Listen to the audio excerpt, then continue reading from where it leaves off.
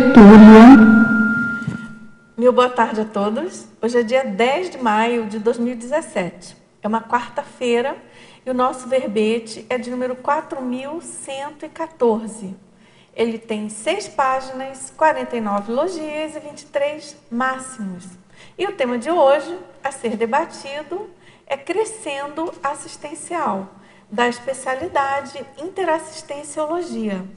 E o verbete foi redigido pela nossa verbetógrafa estreante de hoje, doutora Gláucia Menezes, que é brasileira, natural de Belo Horizonte, Minas Gerais. Ela é graduada em medicina, especialista em ginecologia e obstetrícia e ultrassonografia. Ela é mestre em obstetrícia e saúde da mulher e também doutora em obstetrícia e saúde da mulher. Ela é voluntária da Conscienciologia desde 2002, docente da Conscienciologia desde 2005 e tenepsista desde 2009. Agora, aqui na definologia, o crescendo assistencial é a ampliação gradativa de maneira quantitativa e qualitativa da assistência consciência e consciência, a partir da teática da autoconsciencioterapia do assistente, visando o completismo existencial. Na pensenologia, o holopensene pessoal da interassistencialidade. O holopensene pessoal da evolução consciencial.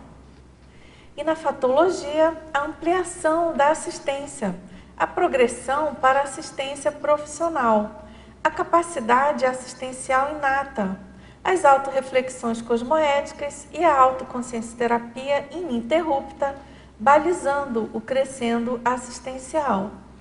A compreensão da condição de mini-peça interassistencial no cosmos. O bem-estar íntimo advindo do novo patamar assistencial. A oportunidade do aprendizado nos atendimentos consciencioterápicos.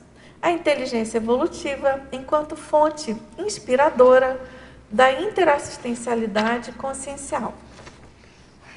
Aqui na parafatologia, o investimento dos amparadores extrafísicos para qualificar o assistente. Os parafatos direcionando a assistência.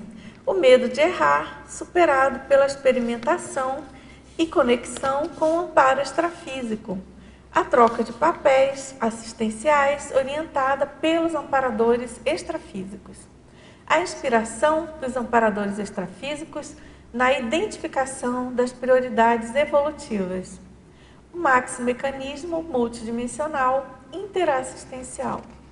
Agora, aqui na divisão detalhismo, a gente chama atenção que a divisão tem 28 sessões e também tem 18 máximos, configurando, então, aí um nível de excelência no que se refere à exaustividade, né, da abordagem aí temática. E aqui na argumentologia, nós chamamos atenção para essa listagem. São 37 trafores das consins predispostas ao crescendo assistencial. E na remissologia, nós destacamos acabativa interassistencial, crescendo evolutivo, gabarito assistencial, inteligência interassistencial, perfil assistencial.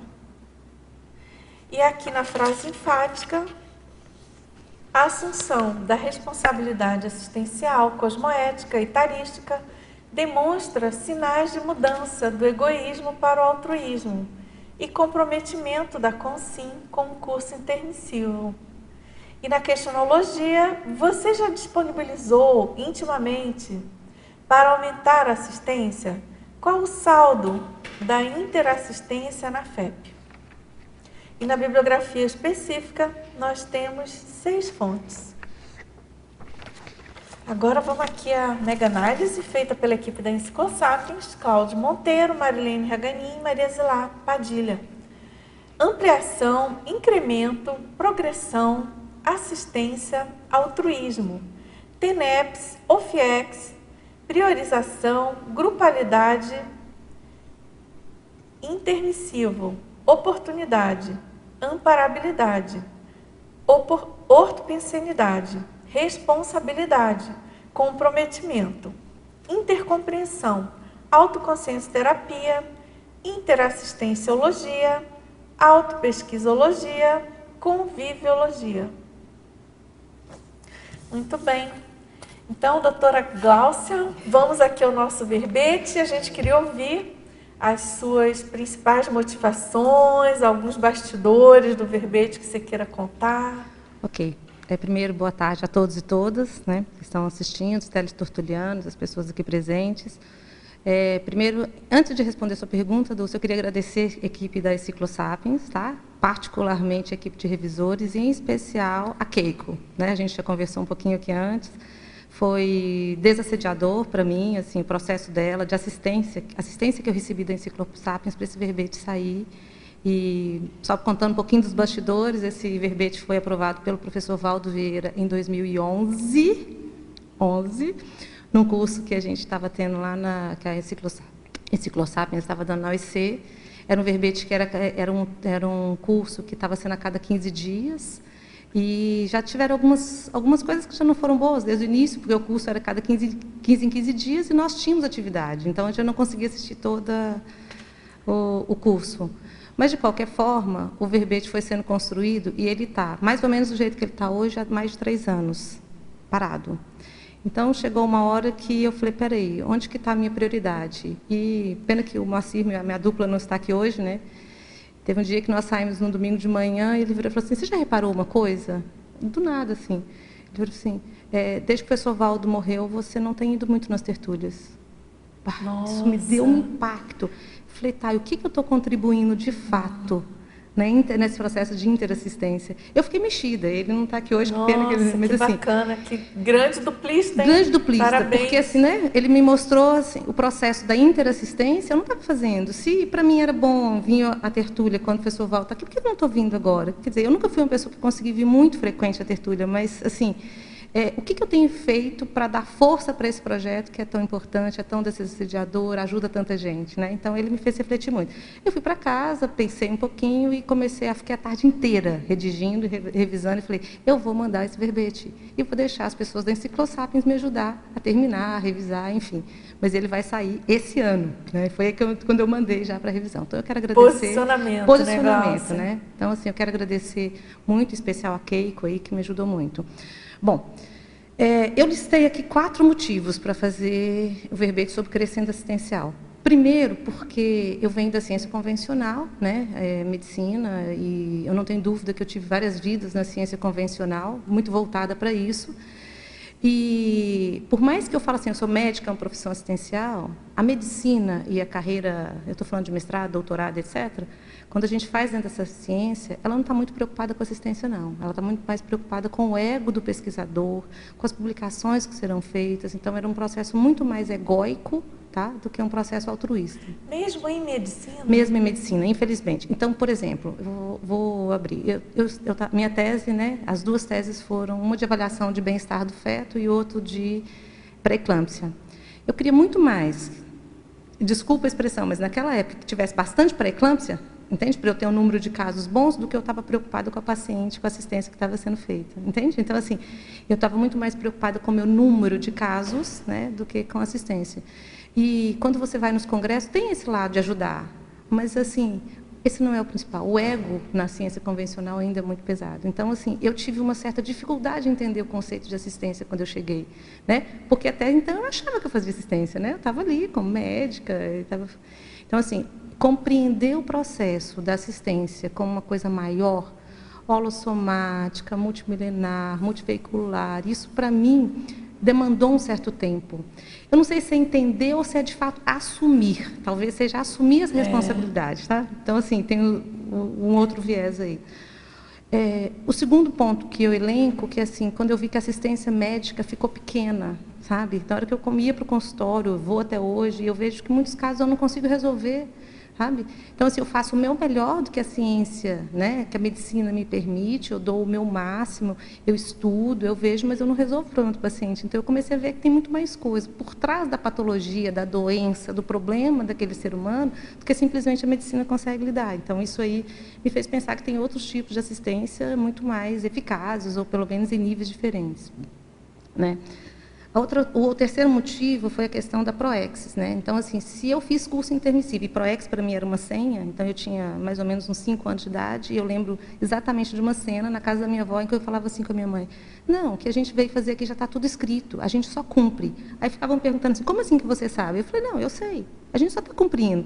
Então, se eu entendo isso, e eu assumo que eu fiz curso intermissivo, e não existe Proexis sem assistência, né? Max Proex, pelo menos nós estamos falando interassistência, se não existe, então não tem outro jeito, não tem como fugir da RAI.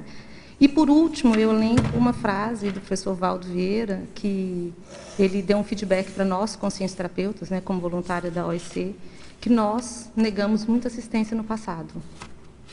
Então, que esse era o nosso treinamento, era a nossa forma de retribuir. Dentro daquele princípio da restauração evolutiva. Restauração evolutiva, que a gente precisava fazer assistência. Então, assim, aí eu comecei a querer entender um pouquinho mais a assistência e aprofundar um pouco mais nisso. Eu falo muito no verbete da autoconsciência terapia, que foi a ferramenta que eu estou utilizando, que eu utilizo, que eu, né, consigo fazer assistência, mas assim, existem outras ferramentas, né? Aqui eu peguei muito pelo meu ego, pela minha experiência, mas existem outras. E eu acho que não tem outro jeito. Se a gente está pensando, se a gente fez curso intermissivo, se todo mundo que admite que fez curso intermissivo, tem que fazer assistência. Então, o meu convite, quando eu fiz esse verbete, refleti bastante, é assim, o que nós temos feito de assistência de fato? Será que aquilo que eu estou fazendo na minha unidade, seja em São Paulo, Rio de Janeiro, em Belém, onde quer que seja, ele está aquém do que eu já posso fazer? Ou eu já posso assumir outras coisas? Eu posso assumir mais responsabilidade perante a assistência? Né? Então, acho que foi uma série de coisas que foram somando aí para a gente. Muita convergência. Muita convergência. Que bacana. E eu comecei a ter uma série de inspirações dos amparadores. Eu sou muito grata à equipe extrafísica, que me ajuda o tempo inteiro, porque assim, eu tenho assistência muito pesada o tempo inteiro, em momentos críticos, em momentos importantes. E isso me traz uma responsabilidade muito grande. Né? Acho que é isso. Muito bom. Agora a gente já tem aqui uma pergunta na parafatologia. Parafatologia. E ela pede de Portugal essa pergunta. Vamos lá. Na segunda linha, ela pede para você expandir sobre o investimento dos amparadores extrafísicos para qualificar o assistente. Que sinal indicativo o amparador percebe no assistente para investir nessa qualificação? Opa, que pergunta boa. Como é que é o nome dela, Dulce? É Denise. Denise, então, assim, sua pergunta é excelente. Bom, primeira coisa que eu vejo, os amparadores precisam perceber na gente uma predisposição assistencial. Então, assim, se eles sentem que nós estamos predispostos, interessados em fazer assistência, existe um certo investimento por conta deles. Então, assim, eu coloquei especificamente essa frase aqui porque eu estava epicentrando um curso em Porto Alegre, na época que eu redigi a maior parte desse verbete, e eu tive várias extrapolações à ajuda de uma Consex em específico. Eu cheguei no primeiro dia de curso, acoplou uma Consex, e eu comecei a ter uma série de repercussões, extrapolações, formas de pensar que eu nunca tinha pensado na minha vida. E comecei a ter um nível de cognição, de assistência com aquelas pessoas que estavam na minha frente, aqueles alunos, que eu falei, poxa, tem uma coisa maior aí. Os amparadores estão me ajudando a enxergar uma realidade, extrapolações, com visões que eu não tinha visto antes. Então, assim, eles ajudam a qualificar. Então, quando eles me mostram uma outra forma de pensar, um outro jeito, de certa forma, eu vou começar, mesmo que eu não tenha esse nível de amparabilidade no meu dia a dia, eu já vou começar a tentar atuar. Se eu já experimentei isso, é porque eu posso fazer assim, em algum nível. Então, eu acho que o mais importante é essa disponibilidade e se colocar à frente da assistência, né? Eu acho que muitos de nós, e eu coloco aqui, né, o medo de errar, o medo de... Por quê? Porque muitos de nós, não sou capaz, eu não vou, e não se colocam na assistência. A gente vai errar na assistência. Eu acho que, assim, não precisa ter medo, é isso que eu aprendi. Hoje, provavelmente, eu estou errando muito nos meus atendimentos de consciência terapia, eu ainda estou errando muito no meu consultório, mas eu estou disposta a usar a autoconsciência terapia para me qualificar. Então, eu acho que, assim, eu não sei se eu consegui ser muito clara aí, se tiver alguma dúvida, você me pergunta, mas eu acho que tá ótimo.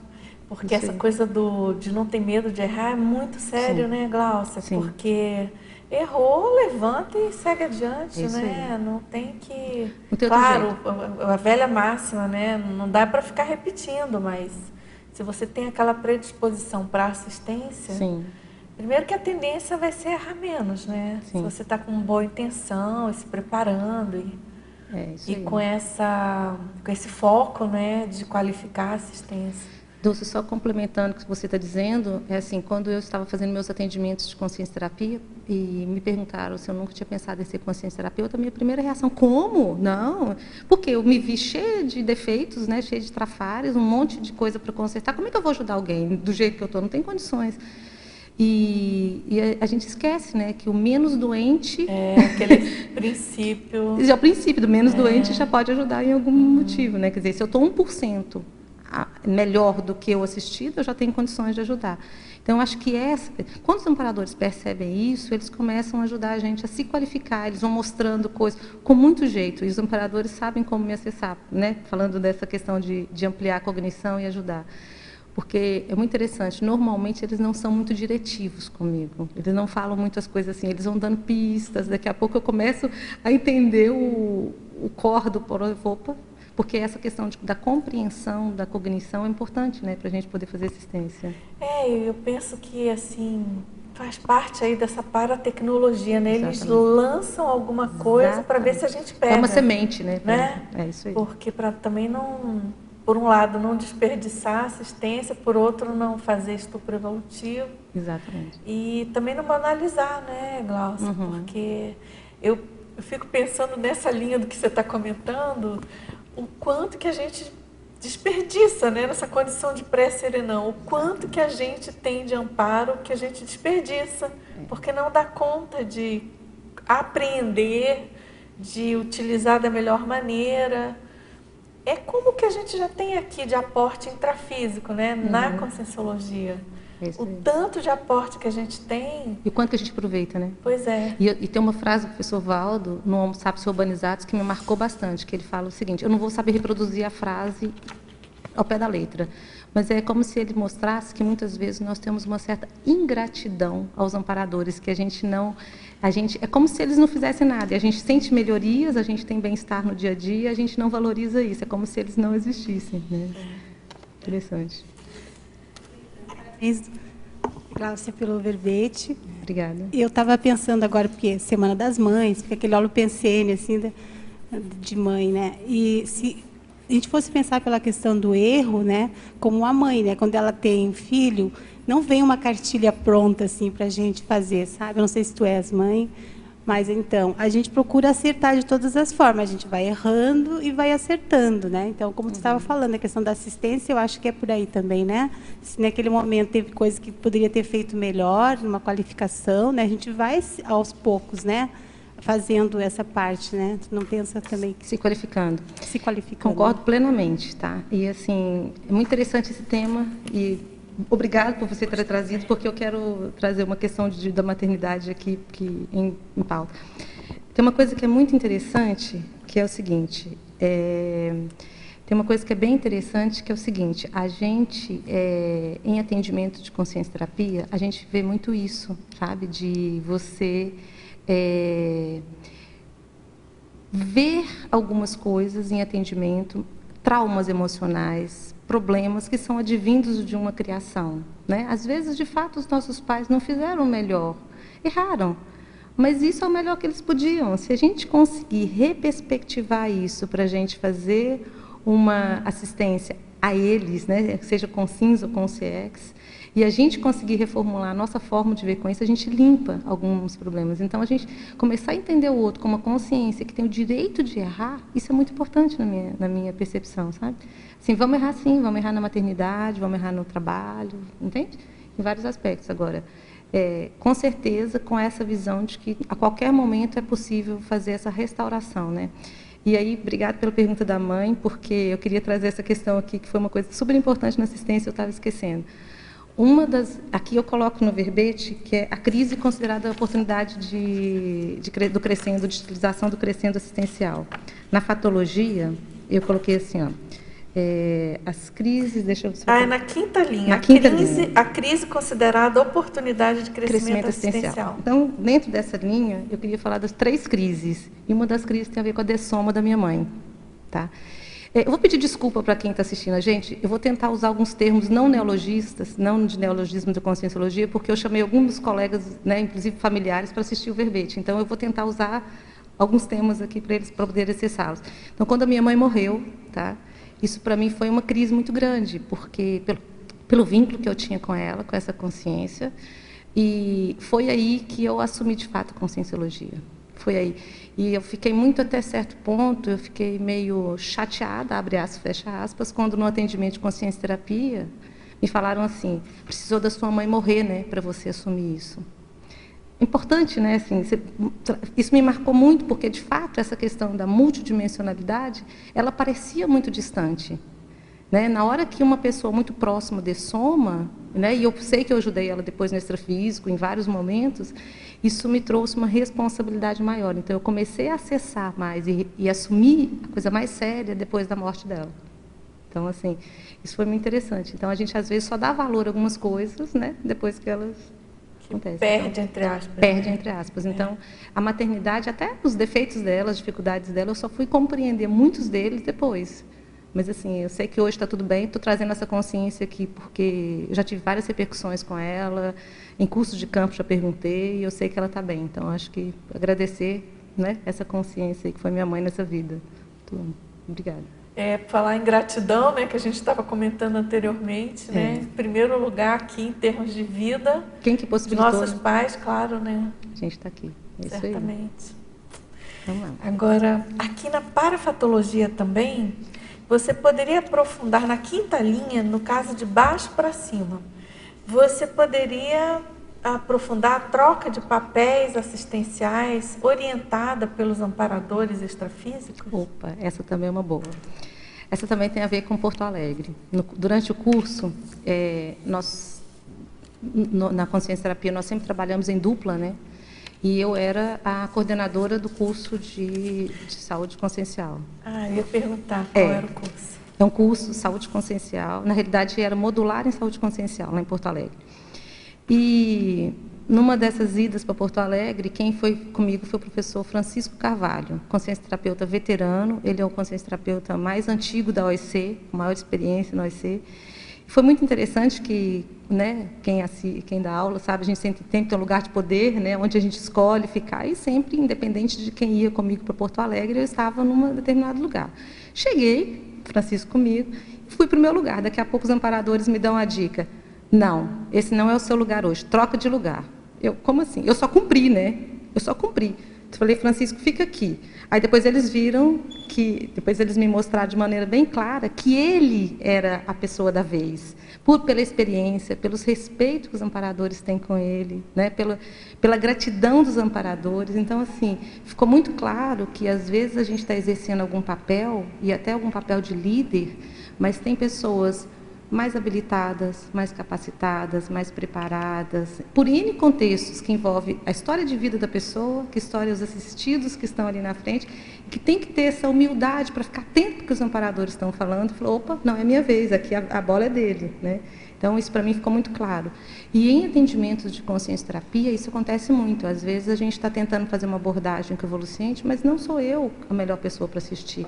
Deixa o outro terapeuta entrar, que ele vai ser mais eficaz na assistência, né? Então, isso aí para mim fica muito claro. Essa troca de papéis acontece a todo momento. Eu acho isso que você está falando tão sério, porque você está citando, claro, esse caso específico no ambiente da consciência terapia.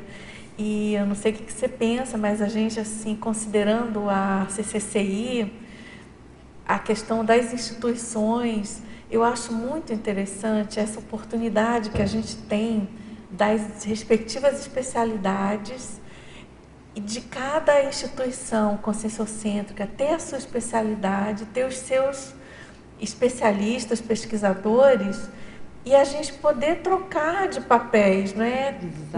Entre as ICs.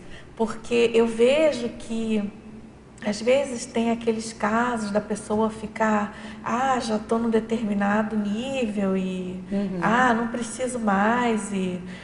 banana, não é bem assim. É claro, você tem que, obviamente, todo mundo tem que fazer seleção de tudo, a gente não tem tempo nem disponibilidade, tem que ver o que é realmente prioritário. Mas ter esse olhar, não é? O que você acha, Eu concordo plenamente, Dulce. Até que se a gente olhar, e isso foi uma das coisas que me pegou um pouquinho no verbete, porque assim, você falando de conhecimento, né? Porque nós estamos falando aqui de troca de saber, de informação, de conhecimento, troca de figurinha, né, de especialistas, né? Então, assim, a gente corre muito o erro de ficar só no próprio mundo, né? E às vezes quando você sai, você vê um monte de outras coisas que as pessoas estão fazendo, que às vezes são até muito mais eficazes, melhores para determinado, né, caso do que a gente. A gente se conhece muito pouco. Isso no debate de sábado eu comentei a questão da troca de informação entre as especialidades da conscienciologia. A gente precisa fazer isso. Né? Lógico que a gente tem pouco tempo, cada um tem que ver como é que fica, mas assim, é importante essa interação e cada vez mais eu estou sentindo isso, né? Essa necessidade de estar. E a gente estava falando antes, né, quanto que a Enciclosapiens tem de conhecimento, de uma forma de fazer as coisas que eu não tinha, que isso muda a cabeça, muda o jeito da gente pensar. Então, acho que concordo plenamente, isso aí. Então, porque eu acho que isso acho não, parece que é óbvio, né? Que é a base da Max Proexis, né, Glaucia? Tem que trocar, né? Tem que trocar, né? Mas, enfim, de todo modo, eu estou comentando isso, mas é claro que a gente também sabe do papel de algumas instituições, do papel fundamental. Por exemplo, tem atividades que já são consenso, que é prioridade todos fazerem, né? Por exemplo, consciencioterapia, né? Então, eu acho muito interessante esse passeio pelas diversas áreas. Eu estou sentindo falta disso. Eu estou sentindo falta disso. Né? Eu também sinto às vezes. Mas, enfim, esse ano eu tô conseguindo colocar em prática alguma coisa. Legal. Agora aqui, é uma teletertuliana de Foz mesmo. Parabéns pelo verbete, bem teático.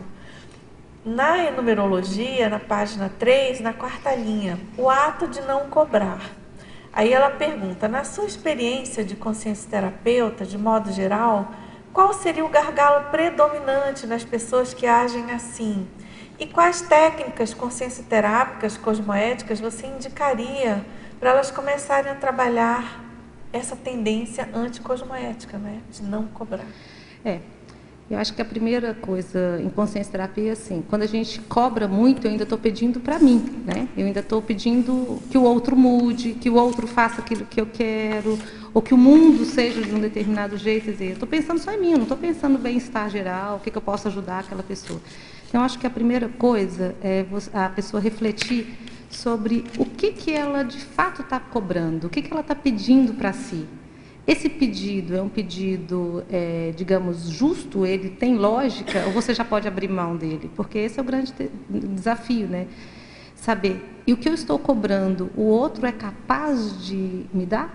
Às vezes o outro não tem, às vezes eu estou cobrando, sei lá, seja mais afetuoso. O outro não sabe ser afetuoso ainda, ele não aprendeu. Então, compete a mim ensinar como ele pode melhorar a afetividade para que, de alguma forma, possa acontecer essa troca de uma maneira mais tranquila, né? Então, eu acho que, por isso que eu coloco a autoconsciencioterapia. O balizador disso é a gente se conhecer. Então, aí tem as técnicas de autoconsciencioterapia. Para quem tiver interesse, vale a pena visitar a página do OIC, tem um artigo do Nario Takimoto, que ele faz das bases da autoconsciencioterapia. E aí lá ele cita as técnicas de autoinvestigação, autodiagnóstico, autoenfrentamento e autossuperação. Procura lá, vê se você se identifica com uma delas, mas eu acho que a questão aí é você se trabalhar e ver o que você está pedindo, cobrando do outro, né? Eu diminui muito, não quer dizer que eu seja 100%, talvez eu ainda me pegue em algum momento cobrando os outros, mas assim, é um exercício ininterrupto de eu, opa, estou cobrando, aqui não, o que eu estou querendo? Onde que está meu ego? Onde que vem meu interesse aí secundário, né? Eu acho que isso é muito importante.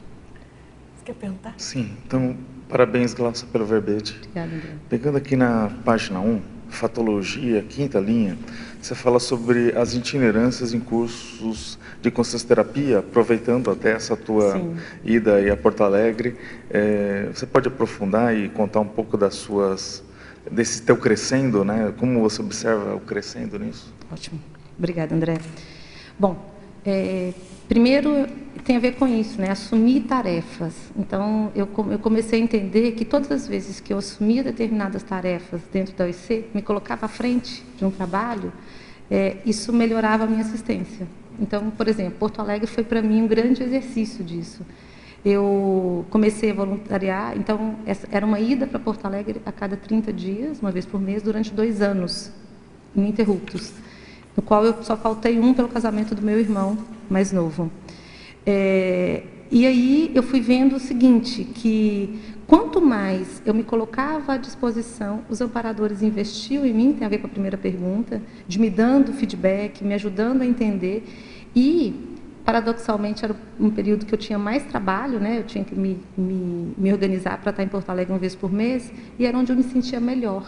Então, assim, isso me deu um estofo para poder fazer o trabalho. Então, cada vez que eu me coloco à frente de um papel, isso me dá, lógico, dá trabalho, precisa de organização, mas isso me ajuda muito a ficar melhor. Então, eu tomei algumas decisões na minha vida, o ano passado, e esse ano, o ano passado mesmo, eu me coloquei à disposição para fazer alguns trabalhos na OEC. Então, agora, atualmente, eu estou voluntariando na OEC São Paulo a cada 15 dias. É uma outra forma de itinerar e colocar e ajudar a OEC a crescer, a fortalecer as coisas em São Paulo. O que eu vejo? Que eu sou quem mais recebe. Então, aquele paradoxo, né, do assistente ser o mais assistido. Então, eu acho que nisso propicia, cada vez mais eu vou tendo experiências. Eu tive insights nos cursos e atendimentos que eu nunca tinha pensado sobre a minha própria vida, né? Lógico que na hora que eu estou atendendo eu não estou pensando nisso, mas na hora que eu vou para o meu quarto, que eu paro no intervalo, eu falo, poxa, eu tive essas extrapolações que tem a ver comigo nesse aspecto. Então, se a pessoa ficar atenta, André, eu acho que nas itinerâncias ela aprende muito sobre ela mesma, porque os amparadores vão dando a dica, e não é à toa que aquela pessoa, aquele aluno, aquele evolucente está ali na sua frente. Se a gente pensar no processo de reconstituição, né, a gente está aprendendo e a gente tem vínculo com essas consciências. Então, provavelmente, aquilo que os amparadores estão nos mostrando para poder ajudar o outro, alguma coisa disso eu tenho, em algum nível. Então, aí é refinar a autoconsciência terapia para tentar deixar isso em dia. Sim, e aproveitando, né, ser próprio crescendo, quanto à assistência do consciencioterapeuta, a gente sempre viu, né, essa questão que o professor ele faz a sua assistência. É o primeiro processo, né, que na Conscienciologia se abriu, né, e lá o professor ia dar palestra, fazer o curso, e a gente viu que ocorreu essa especialização do consciencioterapeuta, que é um atendimento pessoal, dedicado, né, e você está falando até da itinerância nesse trabalho. Tem muita gente que quer e gostaria de se transformar num consciencioterapeuta. Qual que é a tua visão perante esse crescendo? Tá. Para mim foi um divisor de águas, né? Eu já estava voluntariando na Conscienciologia e quando eu entendi a consciencioterapia, então vamos entender uma coisa antes. Eu fui evoluciente no primeiro momento e eu percebi o benefício que a consciencioterapia fez para mim. Então, tanto que isso me ajudou na minha vida, nas minhas coisas. Eu falei, poxa, peraí, se me ajudou tanto assim, por que eu não posso ajudar outras pessoas com a mesma ferramenta? Então, acho que essa é a dica. Então, eu sou muito grata à consciencioterapia. Eu sou 2 pessoas, uma antes da consciencioterapia e outra depois da consciencioterapia. Então, eu acho que, primeiro passo, André, experimente a consciencioterapia como evoluciente, sinta se isso tem a ver com a pessoa, tá? E uma outra coisa que eu vejo, assim, tem que sair de uma zona de conforto. Na hora que eu identifiquei, isso que eu quero, então vamos embora. Vamos fazer tudo que precisa para ser consciencioterapeuta. Por quê? Porque muita gente precisando de assistência, muita gente. A nossa lista de espera em São Paulo estava assim, de um jeito que a gente teve que abrir mais um dia de atendimento. Então, assim, você vê que em qualquer lugar tem gente. O que eu vejo é que ainda, em alguns momentos, em alguns casos, né, não vou individualizar candidato nenhum aqui, nem atual, nem do passado, mas muitos de nós não queremos sair de uma zona de conforto. Assistência dá trabalho, né? Muitos de nós não queremos sair ainda do boavidismo, né? Muitos de nós não queremos abrir mão de algumas coisas. Para fazer algumas assistências, a gente vai ter que abrir mão de determinados papéis, de determinadas coisas na sua assim. Então, ainda existe um apego. E eu acho que um grande problema que eu demorei a chegar, então, assim, eu conheci a Conscienciologia em 1998, né? até pelo professor Francisco, que eu citei anteriormente. Eu só me tornei consciência terapeuta em 2005, foram 7 anos, foi tarde, assim, eu já era formada, eu já podia ter assumido isso antes, então, mas eu tinha um conflito, né, com a ciência convencional e essa nova ciência que é a conscienciologia. Então, acho que vale a pena a pessoa aprofundar a autoconsciência terapia, ver quais os conflitos e, quando entender isso, ver quais são as prioridades. Acho que isso é muito importante. Agora, Glaucia, ali na pensionologia, Também. ele pede de São Paulo para Tá você certo. relacionar o tema do verbete ao desassédio da autopensenidade. Opa, tem tudo a ver, né? Vamos pensar, se eu consigo, né, a minha pensenidade está sadia, está desassediada, se eu consigo livrar-me de autopensenes patológicos, a minha assistência vai ser mais qualificada. Então, por que eu falo isso aqui? Quanto mais desassediado a gente tiver, em termos de pensenes, né, com a nossa autoconsciência terapia em dia, entendendo que a coisa, nós vamos nos assediar menos. Se nós nos assediamos menos, o autoassédio, nós teremos menos heteroassédio. E, com isso, a nossa capacidade de assistir fica maior. Eu acho que tem uma linha aí que é de você se qualificar, se desassediar para poder fazer assistência. Né? Total relação, né? Total relação. E depois, aqui na fatologia, na 6ª linha, ele pede para você ampliar a compreensão da condição de mini-peça interassistencial no cosmos. Ótimo, ok. Bom, eu acho que nesse tema aqui, quando eu comecei a fazer os atendimentos de consciência terapia, eu vi que eu, Glaucio, o meu ego, ou de quem está comigo, isso é tudo muito pequeno perante uma realidade muito maior interassistencial. Então, assim, se a gente entender que o processo de assistência, nós aqui somos pequenos, quem manda, quem orquestra, o professor Valdo gostava da expressão orquestrar, né? Orquestrar, que era assim, quem orquestra, quem dá o tom da assistência, são os amparadores. Então, se a gente entender isso como mini peça, quer dizer, quem está direcionando a assistência, o que nós temos que fazer em cada momento, são os amparadores. Então, a gente vê que tem um mecanismo muito maior, que é o cosmos aí atuando, e o que a gente precisa fazer em cada momento. Então, se a gente tiver lustro para o processo de interassistência, tiver lustro para esse processo do amparo, dessa realidade maior, a gente pede menos para si, né? Fica menos cabotínico, né, no processo de assistência, e a gente começa a ver a realidade extrafísica, multidimensional, de uma maneira muito maior, né? Então, acho que por isso que eu acho que é importante a gente entender essa mini peça aí no mecanismo. A gente tem aquela expressão, né, que ele usava muito também, que a gente é pau-mandado. Pau-mandado, exatamente. Não adianta querer inverter, porque a gente é mini peça, ponto. Exatamente. Agora, Glaucia, aqui na parafatologia, ele pede, se possível, para você dar algum exemplo, enfim, comentar sobre as memórias do curso intermissivo, balizando a aplicação do crescendo assistencial. Ótimo. Bom, eu tenho algumas rememorações do curso intermissivo. Eu não sou a pessoa que consigo ver todo o curso, eu já tive algumas cenas de curso intermissivo, eu não tenho parapsiquismo ainda suficiente para isso, mas eu tive algumas cenas onde eu assisti algumas aulas, e era um ambiente que eu consigo descrever bem, uma espécie de umas colunas, onde a gente assistia algumas aulas e tinha exemplos de assistência ali sendo feita. Quando eu entendi a questão da ProEx, e que era a minha senha, eu comecei a relembrar dessas cenas. Eu falei, poxa, mas então... E aí eu uso a inteligência evolutiva, né? Porque a inteligência junto com a inteligência evolutiva em prol da assistência, que é assim, poxa, mas se eu vi a aula, se eu reconheço que eu fiz curso, se parte do princípio que existe uma Max ProEx, e Max ProEx tem assistência, então isso tem que balizar o meu crescendo. Eu tenho que partir do princípio que eu tenho curso intermissivo, que eu vou fazer o que eu vim propor aqui. E, somado a isso, eu tenho algumas rememorações de melex, melancolia extrafísica, muito ruins.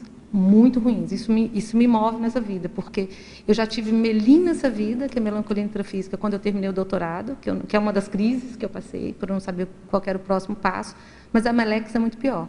Então, na hora que eu lembro da melex, eu lembro que eu tive uma oportunidade de estar no curso intermissivo, né, e fazer assistência hoje, isso muda a minha vida. Então, acho que é isso aí nesse sentido. Para mim, foi essa experiência que me ajudou. juntar essas pontas do quebra-cabeça e falar, pô, então agora é o caminho. Né? Interessante, que bacana. Vamos lá. Você quer perguntar? Quero. Oi, Marisa. Tudo bom, querida? Tudo bem. Muito bom, parabéns aí pelo verbete. Obrigada. Né? A gente se conhece há algum tempo e eu venho vendo esse crescendo realmente em você, tanto na área profissional quanto conscienciológica. Eu estava olhando aqui em fatologia, que eu gostaria que você explanasse melhor para a gente a ultrapassagem da assistência medíocre. Como você percebeu isso e em que momento que você estava se auto-ultrapassando, né, na sua assistência? Como foi isso para a gente? Ótimo, Maria. Obrigada, primeiro, Marisa. Quando a gente fala de assistência medíocre, a gente está falando da média, né, daquilo que está mediano. E eu percebi que a medicina estava ficando mediana para mim, entende? A medicina estava pequena. Ela não estava uma assistência profissional. Por isso que eu coloco assistência profissional nos dois sentidos logo em seguida. Sem saber, eu coloquei uma pergunta por minha conta que compara o profissional com isso. Tem a ver com isso, porque assim, você tem assistência profissional em dois níveis. Você pode se tornar profissional da assistência, por exemplo, medicina, fisioterapia, psicologia, né? Você está ali fazendo assistência, ou o próprio professor, que é um nível de profissionalismo, mas você tem a assistência profissional quando eu coloco mais assistência multidimensional. Sim. Sabe? Essa assistência mais ampla, dos múltiplos veículos, a coisa... Quando coloco o paradigma consciencial no meio, para mim isso é assistência profissional. O profissional muda, né? O profissional muda. Muda. Eu percebo isso. É uma coisa ser no médico que não conhece nada de conscienciologia, outra coisa ser no médico que conhece conscienciologia. É completamente diferente. Completamente, é verdade. Muito bom. Eu coloquei por minha conta, embora tenha outras perguntas em patologia, mas a gente para a hora que for preparar. Qual a falácia do profissional ante ao crescimento assistencial? O que o profissional, de uma forma geral, não só você, sentiu que estava sendo falacioso diante das novas propostas? Qual a mudança que houve em você como profissional com o paradigma consciencial? Quando eu ainda estava reclamando muito, né, de algumas coisas. Quando eu percebia que eu ainda estava reclamando de alguns tipos de assistência, sabe, do paciente que vai na minha frente e que pede alguma coisa, eu falo, poxa, mas espera aí, eu tô reclamando de quê, né? Então assim, tem alguma coisa que tem alguma, sei lá, uma mentira, alguma coisa que não está bom aí dentro de mim. Se eu estou me colocando para assistente, que vem a assistência que precisar, né? Então, quando eu consegui ampliar a medicina um pouco e coloquei o paradigma consciencial, aquilo que eu fazia antes ficou pequeno, ficou falacioso, já não dá mais para ser assim. Isso. Não é? E aí eu lembro do professor Valdo, que uma das ocasiões, eu fazia poucas perguntas, mas às vezes, né, insistia com algumas, e eu perguntava para ele se ele usava tudo nos atendimentos. Eu perguntei para ele, nos atendimentos médicos, como que era? Ele falou assim, eu usava tudo. Tudo que tiver, você já ouviu falar. Tudo, todos os recursos estavam na minha mão, eu uso naquele atendimento, mesmo no atendimento médico. Eu falei, poxa, isso me fez pensar, porque eu achava assim, não, aqui é medicina, aqui eu sou conscienciólogo, aqui eu sou consciencioterapeuta. Isso não existe. Quando eu estou no atendimento médico, eu estou no atendimento e eu vou dar o meu melhor de mim. É lógico que eu não vou fazer consciencioterapia no consultório, não é isso, não é essa a ideia. Mas, assim, eu tenho que usar, principalmente dos recursos extrafísicos e bioenergéticos, na sua totalidade. Senão, o negócio já ficou pequeno, né? A sustentabilidade é outra, né? A sustentabilidade com a bioenergética, né? Com certeza. Para o profissional, principalmente o profissional de medicina, né? Sim. Principalmente. Dá para fazer outra pergunta? Claro, pode fazer. Você coloca aqui na 5ª linha da patologia, a crise considerada oportunidade de crescimento assistencial. Você teve algum momento, eu achei mais, assim, alguma crise que te marcou mais, em que você fez a sua virada de mesa? Marisa, eu comecei falando aqui com a colega ali, a primeira crise foi quando a minha mãe dessomou, tá? Isso foi uma que marcou. A segunda crise, né? E quando a gente fala em crise, eu gosto de lembrar do professor Nário Takimoto, que ele fala que toda crise é uma oportunidade. É uma oportunidade, e mais do que isso, é alguma coisa que a gente já devia ter feito e não fez. tá certo? É assim, a crise é aquele passo que você precisava dar e você não deu, então você entrou em crise, né? E quando eu terminei meu doutorado, porque eu venho com uma história de curso intermissivo, sei lá o que foi, mas da ciência, outras vidas, que eu precisava chegar ali, né? Tanto é que eu sou a única da minha família que tem esse viés aí da ciência. Fui e fiz isso, eu sabia que eu tinha que estudar, eu sabia que eu tinha que fazer o meu mestrado, eu sabia que eu tinha que fazer meu doutorado. Quando chegou ali, e agora? O que eu vou fazer? Terminou o doutorado, e agora? Como é que fica essa... Qual que é o próximo passo? Porque até ali estava tudo certo, eu sabia. E aí, quando eu terminei o doutorado, eu fui fazer um ECP2 com a Marina Tomás, em Belo Horizonte, e eu saí do curso, tive algumas extrapolações, tive uma projeção, indo no Hospital das Clínicas e me despedindo das pessoas. Quando eu voltei, eu falei, como assim? O que está acontecendo aqui? Então, para mim, foi uma crise, porque eu até então tinha toda uma história de fazer ciência convencional, eu era pupilo do meu chefe, né? A gente teve algumas divergências, mas ele gostava muito de mim, eu muito dele. Então, assim, a minha vaga era na UFMG. Eu seria docente da UFMG em pouco tempo. Só que aquilo ali não era muito aquilo, parece que tinha alguma coisa errada. Então, eu entrei em crise mesmo. Ali eu entrei em melim. Não sei o que eu vou fazer da minha vida mais. E assim, culminou, né, que minha mãe já tinha dessomado, eu já tinha terminado o doutorado, e agora? Qual que é o próximo passo? Então, para mim, foi uma crise. Quando eu saí do CP2, estava certo que eu tinha que vir para Foz do Iguaçu, que eu precisava vir, isso foi em 2003, eu precisava vir para Foz do Iguaçu para fazer. Então, ali foi uma oportunidade, que eu saí daquele nível de assistência que eu tinha, né, voluntariando no IPC Belo Horizonte, que eu estava começando a voluntariar, e vim para a OEC para fazer a minha formação. Então, quando eu saí de Belo Horizonte, eu já saí definida, determinada que eu viria para ser consciência terapeuta. Então, para mim, foi uma oportunidade de crise.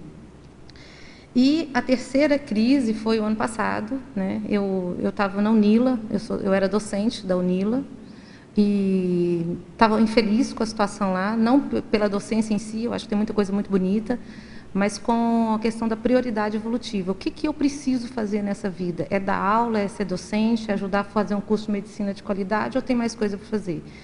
E aí eu fui para um congresso médico na Itália, e depois a gente foi passear alguns dias, e eu estava em Florença.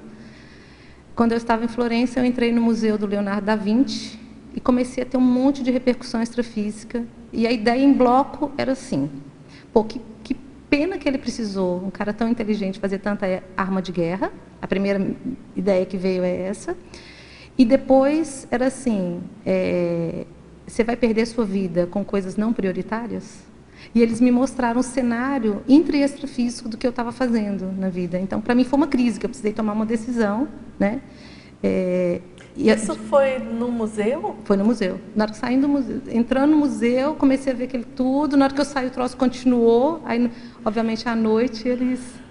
O que você está rindo? Não, eu estou rindo porque é interessante esse seu relato e essa sua experiência, porque é exatamente o oposto daquela síndrome de Stendhal. Exatamente. Que a pessoa fica ali boba e tem uma crise de emoção. Não, eu tive exatamente o contrário. E eles me mostraram assim, Muito a prioridade bacana. dessa vida não é a docência, não é a UNILA, não é. Tem uma ciência, e aí vem meu apego, né? Tem uma ciência que chama conscienciologia, que você vai poder ajudar muito mais. Então, depois daquilo, eu voltei, eu tomei a decisão, eu já avisei na UNILA que eu sairia, eu só concretizei isso depois quando terminou o semestre. E eu me coloquei à frente de outros trabalhos e me disponibilizei para outras coisas. Não quer dizer que isso tenha que ser hoje ou amanhã, mas eu me coloquei à frente. Olha, eu quero, o que eu preciso para assumir determinados papéis dentro da conscienciologia? Se isso vai demorar 1 ano, 2 anos, 10 anos, 50 anos, eu não estou preocupada com isso, mas essa disponibilidade para estar num determinado papel, foi ali que eu tomei a decisão. E aí foi muito sério para mim. Ô, Gláucia, achei lindo, muito bom a sua resposta, mas eu quero até... Eu estou aqui em júbilo, né? Porque o que eu achei interessante na sua fatologia é que você, depois da crise de crescimento assistencial, Certo. vem a compreensão da condição de mini-peça interassistencial do cosmos. Eu achei isso assim bem sequencial, bem próprio, sabe? De quem passou por uma crise e você acabou fechando o que eu havia... Eu não ia perguntar, mas eu falei assim, olha só, ela colocou a crise a compreensão de mini peça e foi o que você acabou de relatar. Parabéns aí pela sua trajetória evolutiva, parabéns pelo verbete. Obrigada, Maria. Tá bom? Você escreveu sobre esse fato aí? Você podia escrever, né? Podia, né? Porque é muito interessante. Foi Porque muito geralmente interessante. as pessoas têm outro tipo de reação em museu. É verdade, vamos teria anotar. que ver. Mas Vamos anotar. Interessante, muito bacana. Ainda mais em Florença, né? Me chamou a atenção assim, Florença, que é a cidade das artes, da questão toda emocional. Mas eu acho que tem tudo a ver com essa consciência que eu falei aí. No parassociograma dele, claro. passadão, no parassociograma está junto aí. Agora, na polinomiologia. Favor detalhar o polinômio amparador do assistido, amparador do tenepsista, tenepsista assistido. Ok. Amparador do assistido, amparador... Peraí. Amparador do assistido, amparador do tenepsista, tenepsista e assistido. Ok. Se a gente pensar o seguinte, nós temos um assistido, né, a pessoa que está recebendo assistência, e essa pessoa tem um amparador, na maioria das vezes. E aí a gente tem o tenepsista, que é a pessoa predisposta a fazer assistência, e o assistente. Então, o que acontece? Essas interações, o professor Valdo sempre falava com a gente, olha para a pessoa e olhe para o amparador, veja o que os amparadores estão querendo transmitir de informação. Então, quando a gente consegue entender essa conjunção, né, de assistentes e assistidos intra e extrafísicos, né, a gente consegue entender a repercussão maior. Em atendimento de consciência terapia, isso é muito sério. Às vezes a pessoa está falando para a gente uma coisa, né, então uma assistente, e extrafisicamente os amparadores estão mostrando uma outra realidade. Então, às vezes, a gente tem que mudar o rumo do atendimento para uma outra linha que os amparadores estão se comunicando e falando, olha, isso aqui que é o veio da questão. Então, essa interação e esse polinômio é muito sério, de você entender essas duas consciências, né? Vocês devem lidar direto com isso, né? Porque tem N motivos para a pessoa não falar, não ir no ponto, né? Às vezes ela não sabe mesmo, às vezes está... Às vezes não, está tudo bem, na hora que você olha o negócio extrafísico, os amparadores mostrando cena, então é muito sério, né? Eu posso entrar nessa tua fala? Que, tipo, na página 4, na mitologia, na segunda linha, você fala do mito da neutralidade no processo interassistencial. E tem muito a ver com isso, eu queria que você aprofundasse. Tem a ver, sim. Então, assim, do que eu consigo entender até hoje, André, não existe um assistente neutro. Tá? Por quê? Porque quando eu entro num processo de assistência, naturalmente eu trago a minha bagagem, eu trago a minha vivência. Tá? Nem sempre essa vivência vai ser a que corresponde à vivência do outro, por isso que ela não é neutra. Tá? Gostaria de ser neutra. O que eu procuro fazer o exercício de assim, tá?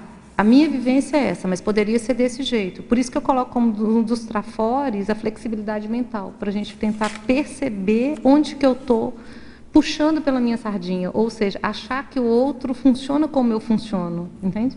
Mas neutro nunca vai ser, porque a gente ainda não consegue, pelo menos no meu nível evolutivo, neutralizar completamente o que eu penso, o que eu sinto no processo de assistência.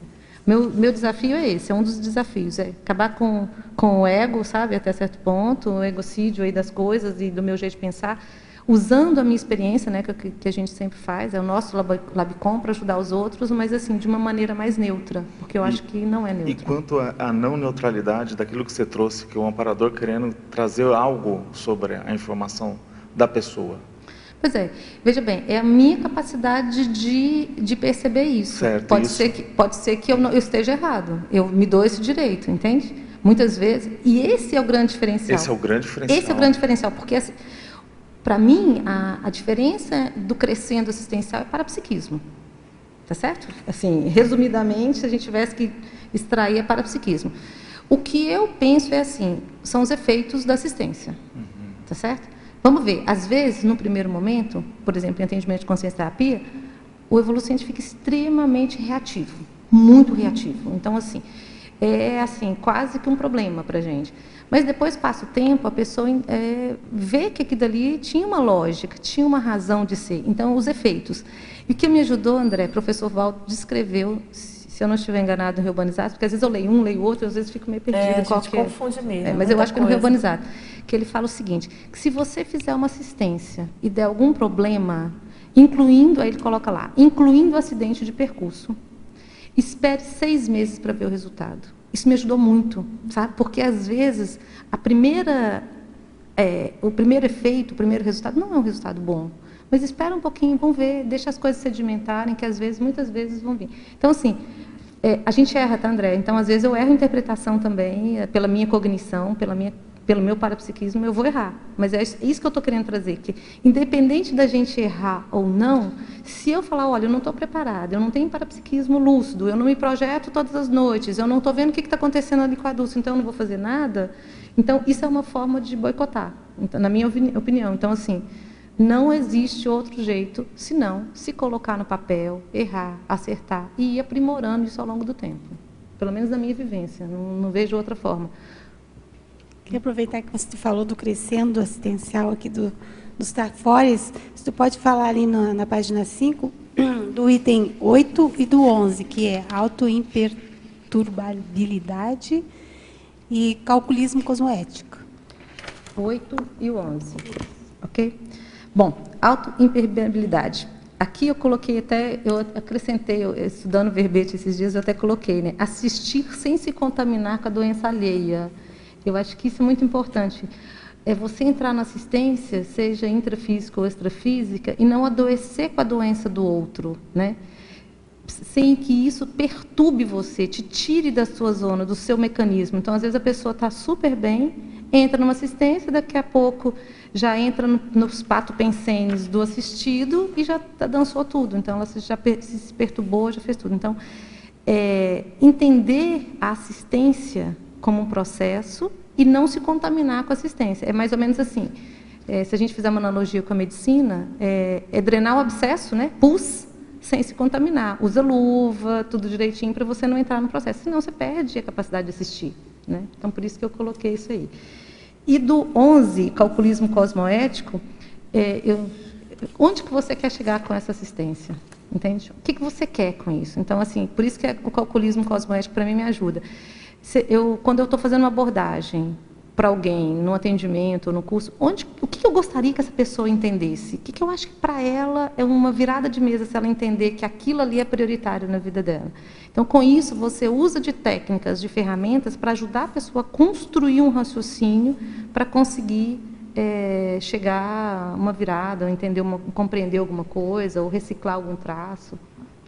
Aproveitar um pouco, na página 4, na mitologia, no último mito, o mito de fazer assistência significa agradar sempre. Quem faz Tares sabe que Tares não é nem um pouco simpática, né? Tares é uma das coisas super difíceis, eu acho isso. Então, o mito de que você sempre vai agradar na assistência, isso não existe, a gente não consegue fazer isso. Porque a assistência, no nível que a gente está pensando em dentro de conscienciologia, dentro da Tares, ela é antipática. Então, a gente não vai agradar.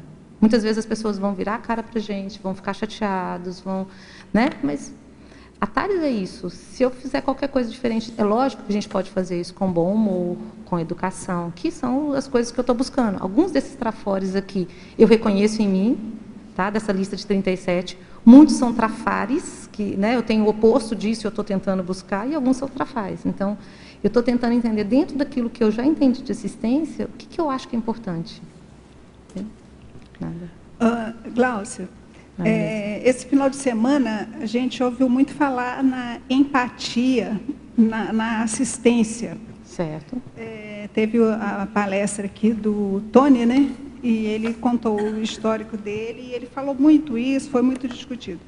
Eu queria que você falasse um pouco dessa, aqui na página 5, né, no número 19, que você coloca a empatia como um trafor, essa capacidade de ser empático e depois ser antipático na Tares. Interessante. Vamos lá. Interessante, Marilson. Então, assim, Vamos pensar, seja em onde quer que a gente esteja, né? No curso de campo, no atendimento médico, não dá para a gente ser, num primeiro momento, antipático, senão a pessoa não vai se abrir, não vai mostrar. Então, você tem que mostrar, no mínimo, de empatia, para ela entender que você está do lado dela, que você está a fim de ajudar, você se coloca no lugar do outro, olha, eu sei o que você está sentindo, eu entendo o que você está fazendo, mas, ó, tem esse e esse ponto, aí a gente entra com o lado mais antipático da assistência. Quer dizer, se você entrar de cara com um processo mais antipático, você não vai fazer assistência nunca, né? Se você entrar com a TARES de cara, por isso que o professor Valdo sempre, às vezes, colocava para a gente a questão do TACOM e TARES, que a gente só chega na TARES através da TACOM. Então, a gente primeiro tem que fazer uma assistência mais, digamos assim, mais taconística, talvez no primeiro momento, ouvir, enfim, para depois conseguir fazer TARES em algum nível. E para isso a gente precisa do ambiente, por isso que eu coloco aqui, um ambiente acolhedor. A pessoa tem que se sentir acolhida, ela tem que se sentir bem para ela poder abrir, né? Tá certo. E fazer assistência. Agora não deixa de ser um paradoxo, É um né? paradoxo. A empatia tarística. Mesmo o profissional da área da medicina vai dar uma notícia que o exame não ficou bom, mas ele não tem que ter a empatia para poder falar isso para o cliente, né? Sim. É a mesma situação. Com certeza. Não, e se a gente pensar bem, né, dentro do que você colocou, praticamente a efetividade da TARES exige você ter empatia com a pessoa. Né? Senão não vai colar, não vai ressoar, né? Você quer perguntar mais, Marisa? Não. Podemos seguir? Então, aqui na paradoxologia, sobre aquele paradoxo do assistente ser o mais assistido. Você pode expandir? Isso a gente já falou um pouquinho ali quando a gente falou do André, né? Porque assim, quando eu me coloco no papel de assistente, eu tenho ganho, né, com essa situação, eu aprendo muito, os amparadores investem na gente, com isso a gente é mais assistido. Então, eu sempre, quando eu assumi esse desafio, né, lá para São Paulo, cada 15 dias eu falei para o Moacir, falei, lembra quando eu fazia em Porto Alegre uma vez por mês? Me fazia bem, você lembra? Ele lembra. Pode ser? Pode. Quer dizer, eu sei que quando eu coloco na posição de assistente, eu sou mais beneficiada. Os amparadores me ajudam em um monte de outras coisas. Eu acho que a questão é que nós nem sempre estamos lúcidos para isso. A gente tem assistência extrafísica, a gente tem amparo, a gente tem um monte de coisa que acontece na vida da gente em decorrência desses trabalhos de assistência e a gente não dá valor. Então, acho que é ficar mais conectado, porque eu acho que a gente vai ter muito mais noção do que a gente está recebendo do que a gente está identificando. Acho que e esse paradoxo, né, Gláucia, se tantos intermissivistas que a gente tem, mas que tem essa demanda, né, de mais voluntários, você até comentou, a gente estava comentando aqui no início, né, e seria bem importante, né, porque eu penso que algumas pessoas não entendem ainda não. Essa condição e acabam se eximindo de fazer algum tipo de trabalho que ela seria, né, reconhecido, que seria útil, que poderia ajudar muita gente. Agora, na sindromologia, sobre a síndrome do perfeccionismo contribuindo para o alto desempenho interassistencial. A evitação da síndrome... Evitação, eu tomei um susto. Eu também levei. Eu li errado. Falei, mas como assim? A evitação da síndrome perfeccionista tem a ver com isso, né? Eu não estou preparada, ainda não tenho tudo certo, minha vida não está toda ajeitada, eu tenho um monte de trafar, não sou perfeita, então eu não vou fazer assistência. Entende? Então, evitar isso. A gente é imperfeito, sim, a gente não tem todos os atributos, eu ainda vou errar, mas eu evitar isso para se colocar à disposição para poder fazer assistência, né? Então, se a gente pensasse, não, eu preciso ter isso, então, né?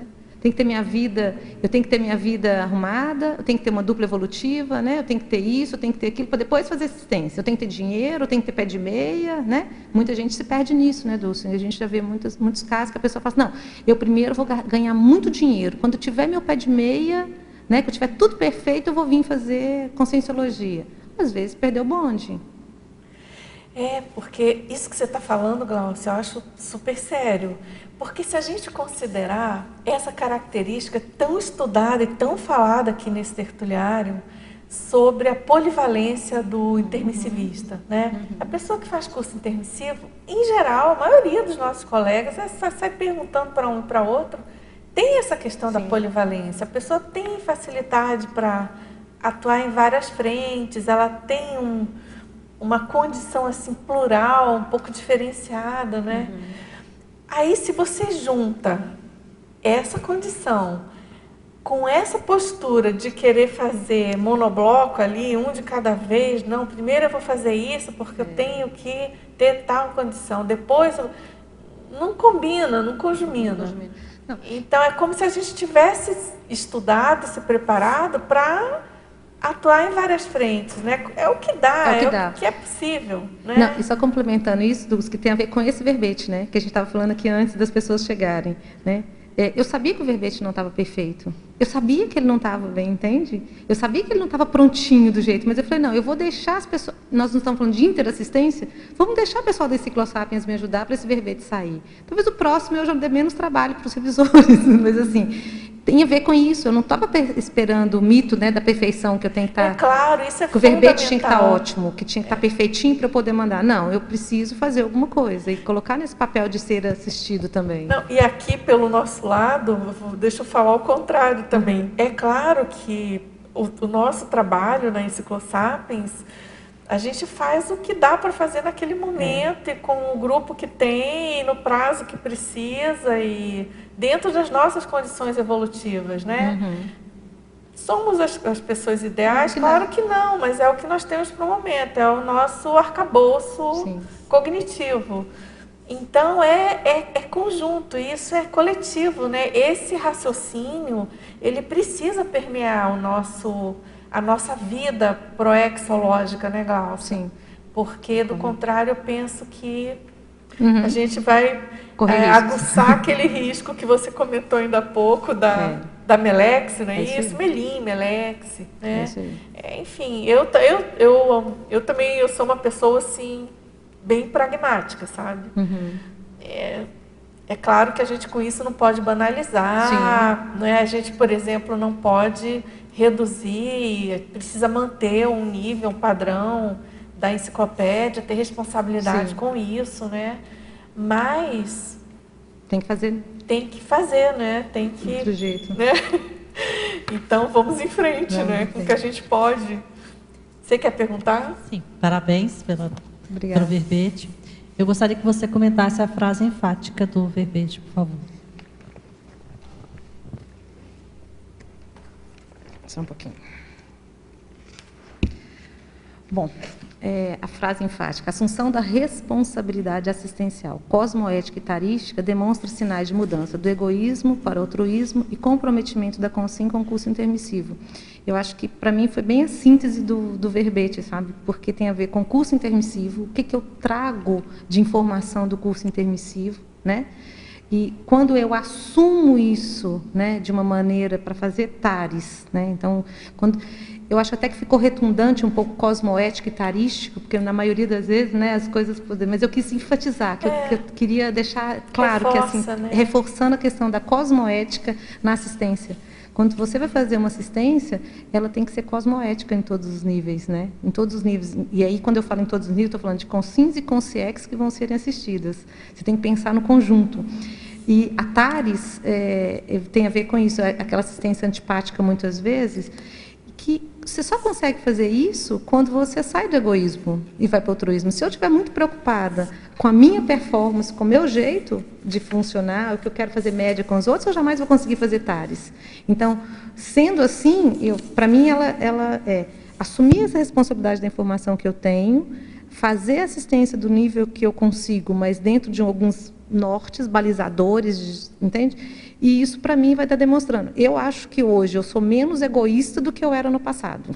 Tá? Não quer dizer que eu seja a pessoa mais altruísta do mundo, mas é um exercício que eu estou fazendo a cada dia mais para sair desse processo.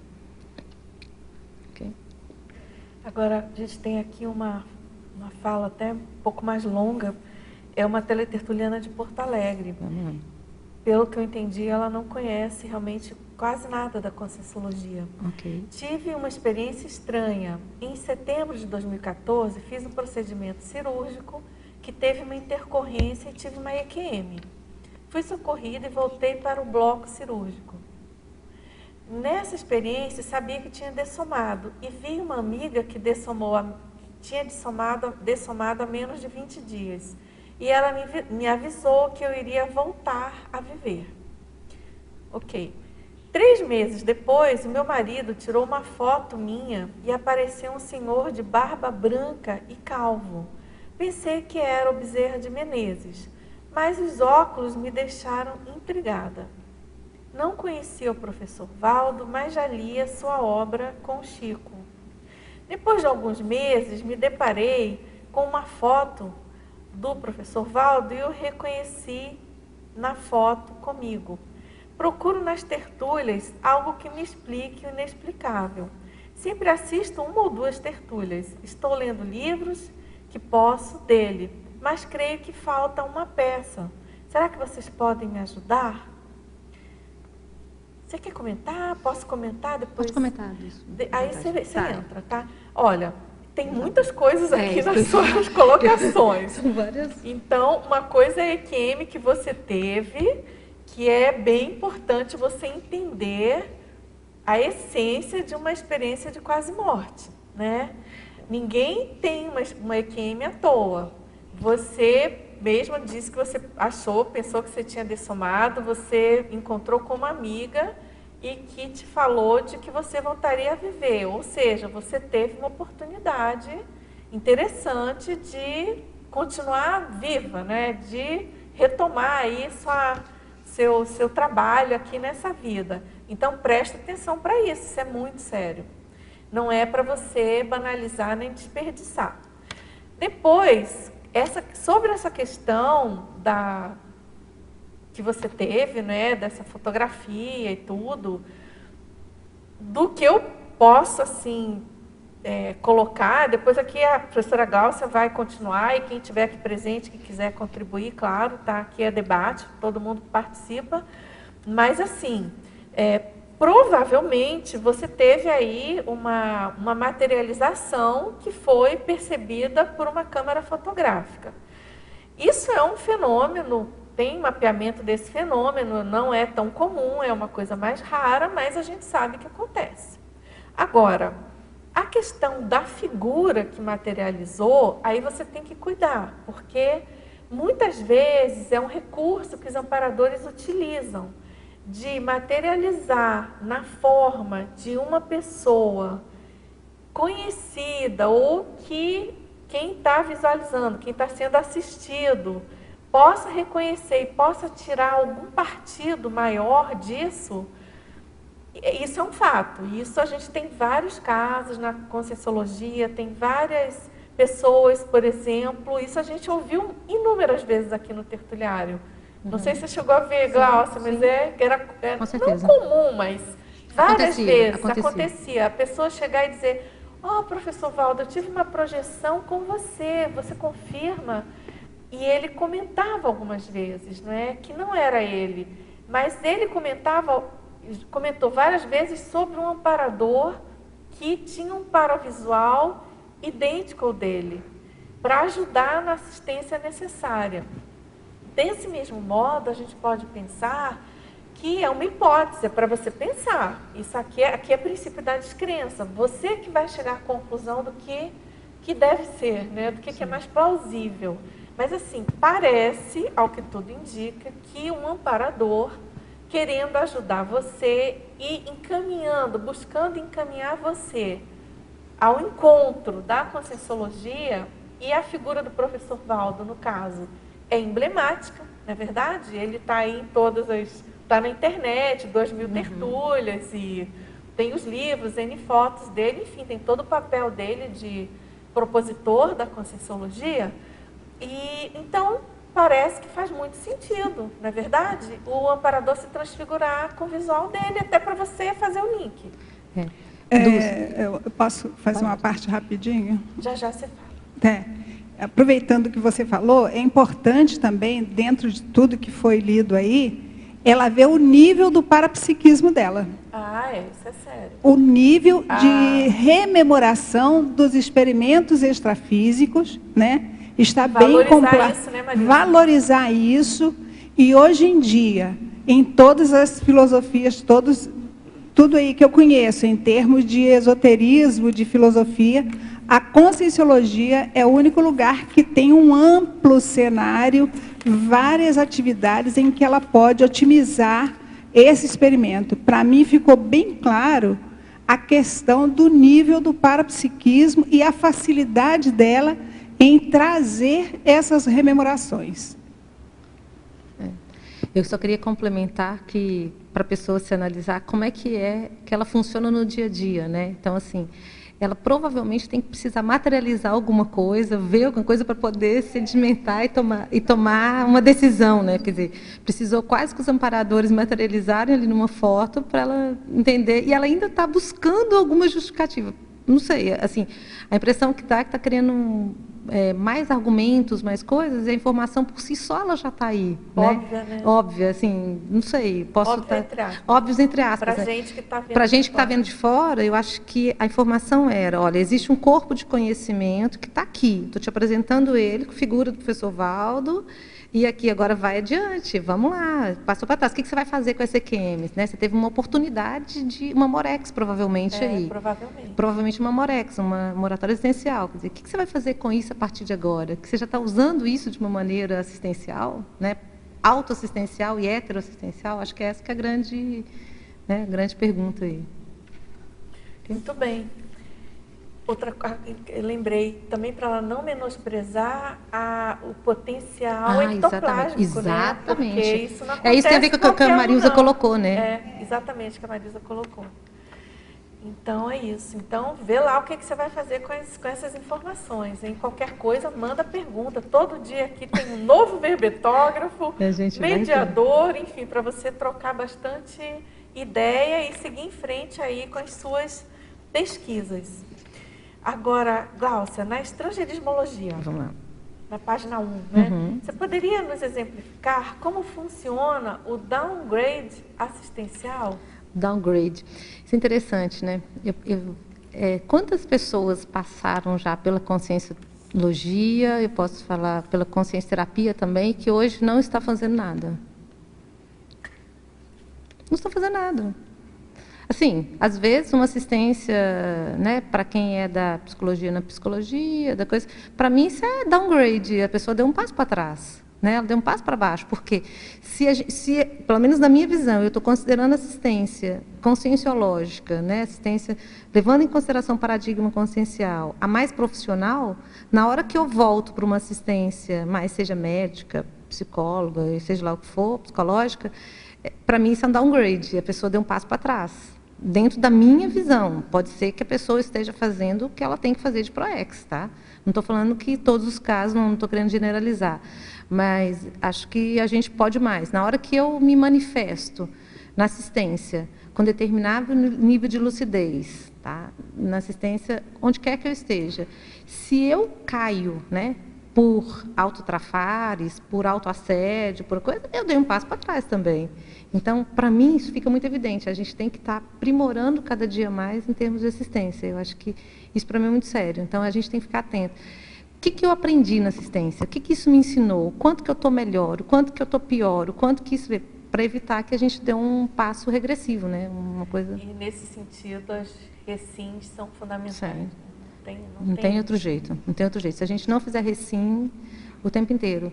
E assim, ó, é difícil, não é fácil não, porque a gente vai apanhando cada dia, né? Mas não tem outro jeito. Dulce, só para lembrar, né, para essa teletertuliana, que em Porto Alegre nós temos o IIPC, eu sou conterrânea dela, né? De repente ela pode procurar lá o IIPC de Porto Alegre, né, que tem palestras gratuitas, ela pode ir lá assistir. Ah, bem lembrado, Terezinha. Então, se ela é de lá, né, ela tem essa oportunidade, né, de participar. Você pode acessar o site do www.iipc.org. Essa teletertuliana que fez a pergunta sobre EQM. E lá em Porto Alegre, inclusive, a gente tem aqui um telefone, é 51-3224-0707. Tem as palestras gratuitas, não é?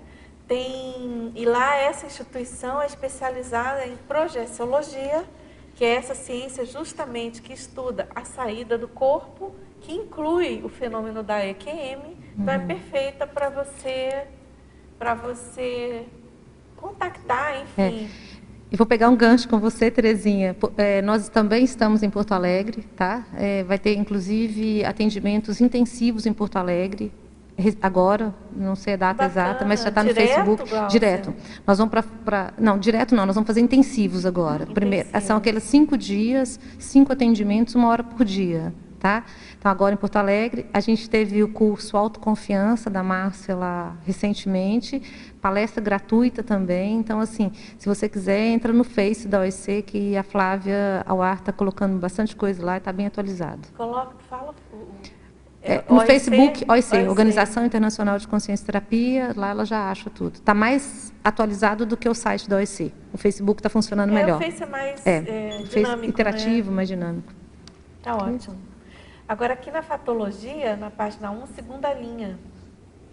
De que modo podemos nos qualificar até alcançarmos a assistência erudita? Também gosto dessa. Bom, tudo de bom essa. Essa é tudo de bom, né?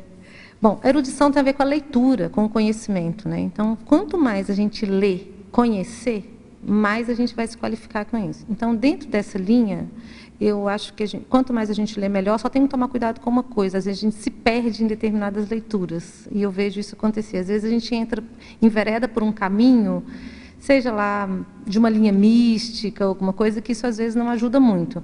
Agora, eu tenho um desafio, né, que é ler as obras do professor Valdo completas. Eu não li ainda. Então, assim, eu acho que ali a gente tem um arcabouço de informação extremamente erudita para a gente fazer assistência profissional em alto nível. Se a gente conseguir entender 1/10, eu estou colocando 1/10 porque é a minha meta, do que o professor Valdo colocou nos livros dele, a gente vai conseguir fazer uma assistência erudita. Porque é uma leitura que demanda muito, assim, reflexão, análise, às vezes voltar, ler de novo. Então, eu acho que não tem outro caminho senão muita leitura, muito investimento, e eu acho que a gente tem muita coisa. Eu estou falando do professor Valdo, especificamente, mas a gente tem N, né, pesquisadores que já publicaram livros. Eu estou com uns 5 livros lá em casa que eu não consegui mais, uns 10 livros lá em casa que eu não consegui ler ainda, de autores da Conscienciologia, que trazem informações muito pertinentes para a gente que está treinando esse processo da assistência, querendo crescer, querendo aprender. Então, eu acho que o processo é a leitura mesmo, não tem outro jeito. Leitura, usa a informação, vê se funcionou, se não funcionou, volta de novo no livro, vamos estudar mais e qualificar. Acho que essa que é a única... Tem a técnica da segunda leitura. Segunda leitura, terceira. Com isso você vai aprofundando, né, Glaucia? Muita coisa ainda. Porque os conceitos são tão novos, né, para a maioria. E eu estou me incluindo, obviamente. Sim. Que às vezes você pensa que entendeu um conceito. Mas depois, na hora que você vê que não. Aí depois você vai ler de novo. Agora eu acho que eu entendi um pouquinho mais. Um pouquinho. Exatamente. Agora, na fatologia ainda, na 7ª linha, como podemos compreender melhor essa interligação, fatos para fatos, através do nosso autoparapsiquismo já atuante? Ok? Eu acho que isso aí é anotando, pesquisando, anotando. Porque você só vai conseguir entender essa relação de fatos para fatos quando a gente tiver uma experiência, atuar de acordo com aquela experiência e depois você vê os resultados. E aí, cada dia mais, você vai começar a dar mais valor aos parafatos, porque a gente ainda está precisando muito do negócio palpável, eu tenho que ver, eu tenho que ouvir, né? E quantas sutilezas que a gente tem, às vezes, dos amparadores: olha, faça isso, não faça aquilo. A gente não, desconsidera a intuição ou a informação extrafísica e vai lá fazer outra coisa. Dá na cabeça da gente. Então, é bom anotar, às vezes que deu certo e às vezes que deu errado. Dei valor ou não dei valor? Como é que foi isso? O que é a informação que veio? Daqui a pouco a pessoa começa, às vezes, até a identificar determinados níveis de parapsiquismo, determinadas formas de atuar, para entender esses parafatos de uma maneira mais clara, né? Também estou nessa linha, tá? Também estou aprendendo aí, exercitando. Mas a anotação me ajuda muito para entender tudo isso. Essas comparações, né? Cotejos, discernir, né? Por isso que eu coloco lá num determinado nível, o discernimento, certo, errado, bom ou mal. Então, quanto mais a gente tiver isso anotado, a gente vai conseguir identificar cada coisa. Tá ótimo. Agora, Glaucia, aqui na fatologia também, eu acho que você comentou alguma coisa, mas vamos lá, na 4ª linha de baixo para cima, sobre os autobenefícios advindos de heteroassistência não compreendidos pelo assistente. Tem a ver com aquela coisa da antipatia da Tales, né? Tem a ver, e também tem a ver com um negócio que é assim, às vezes nós somos os mais ajudados e a gente não entende. A gente não dá valor, é isso que eu estou querendo chamar a atenção, porque muitos de nós que fazemos assistência, nós, em contrapartida, temos assistência dos amparadores extrafísicos, nós não valorizamos. É isso que eu quero chamar a atenção. A gente ganha muito mais do que a gente dá. A gente ganha muito mais do que a gente dá do que a gente imagina. Às vezes a gente vai lá e dá uma, em termos assim, vou usar uma expressão pejorativa, mas uma migalha. Os amparadores dão para a gente o pão inteiro. E a gente não dá valor. Entende? Então, acho que é isso que a gente tem que ficar atento. Nós somos os mais assistidos, eu não tenho dúvida disso. Não tenho dúvida. Também concordo plenamente com você. Agora, aqui na definologia, ela pede se você poderia exemplificar com casos vivenciados por si ou outrem. É claro que ela é de Portugal, né? Com essa situações onde se poderão identificar a evolução gradativa da assistência. E aí ela complementa aqui o que você colocou na definologia, né? A assistência consciência e consciência a partir da teática da autoconsciência terapia visando o completismo. Tá. Você pode dar algum exemplo? Posso sim. Então, vamos pensar assim, de maneira quantitativa, é fácil, né? Quanto que eu estou me disponibilizando para assistência? Então, quantas horas da sua semana, do seu dia, né, que você se coloca para fazer assistência? Seja, por exemplo, na TENEPS. Você já faz TENEPS? Por exemplo, é um exemplo, né? Já está colocando assistência. Então, a TENEPS é uma coisa. Quantas horas você voluntaria? Então, de maneira quantitativa, prática mesmo, porque isso aí não tem como a gente correr, né? Ah, eu só vou lá na unidade uma vez por mês. Poxa, é pouco, né? Se a gente pensar em termos de se colocar na condição de assistente. Bom, de maneira qualitativa, eu acho que tem a ver mais com a questão da qualidade da assistência, que era um outro verbete que na época eu tinha proposto para o professor Valdo, que eu tinha falado, crescendo assistencial e qualidade da assistência. Por quê? Porque na época eu estava mexendo muito com a parte da qualidade da assistência no hospital e eu queria fazer esse paralelo. Por quê? A qualidade do que a gente faz vai depender muito da nossa qualificação, dos nossos protocolos, nossa forma de agir, do nosso conhecimento de causa. Então, quanto mais a pessoa sabe, por exemplo, conscienciologia, dentro do contexto que a gente está conversando aqui, quanto mais eu entendo, não só teoricamente, mas cognitivamente, teático do processo da conscienciologia, mais a qualidade da minha assistência melhora. Então, eu acho que a pessoa pode colocar isso, de novo, eu vou trazer para autopesquisa, reflexão, anota.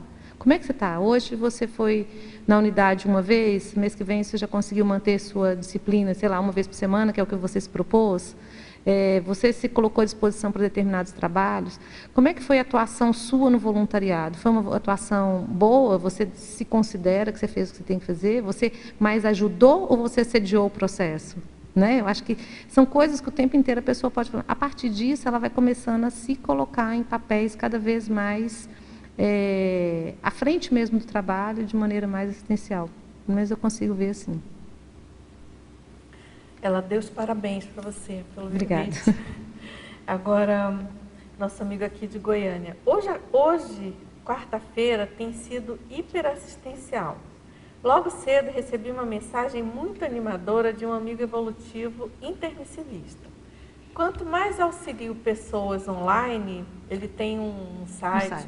Tá. Com meus conhecimentos conscienciológicos, novas portas se abrem. Você poderia comentar? É isso aí, né? A gente está falando isso o tempo inteiro. Quanto mais a gente ajuda, mais a gente vai ser ajudado. Outras portas vão se abrir, outras pessoas vão aparecer. E é interessante que, assim, a minha tendência, pelo menos em alguns grupos, WhatsApp, vai ficar mais calada, né? Mais calada, eu não me manifesto muito. Mas eu vejo que, às vezes, quando a gente se manifesta, tem peso. Eu falei, opa, peraí. Como é que a gente faz com isso? Então, a gente usar essas ferramentas, né? Ele tem um processo do site aí que ele está ajudando as pessoas. Quanto mais ele publicar, colocar coisas que ele acha que tem a ver, mais ele vai acessar pessoas que estão predispostas a isso.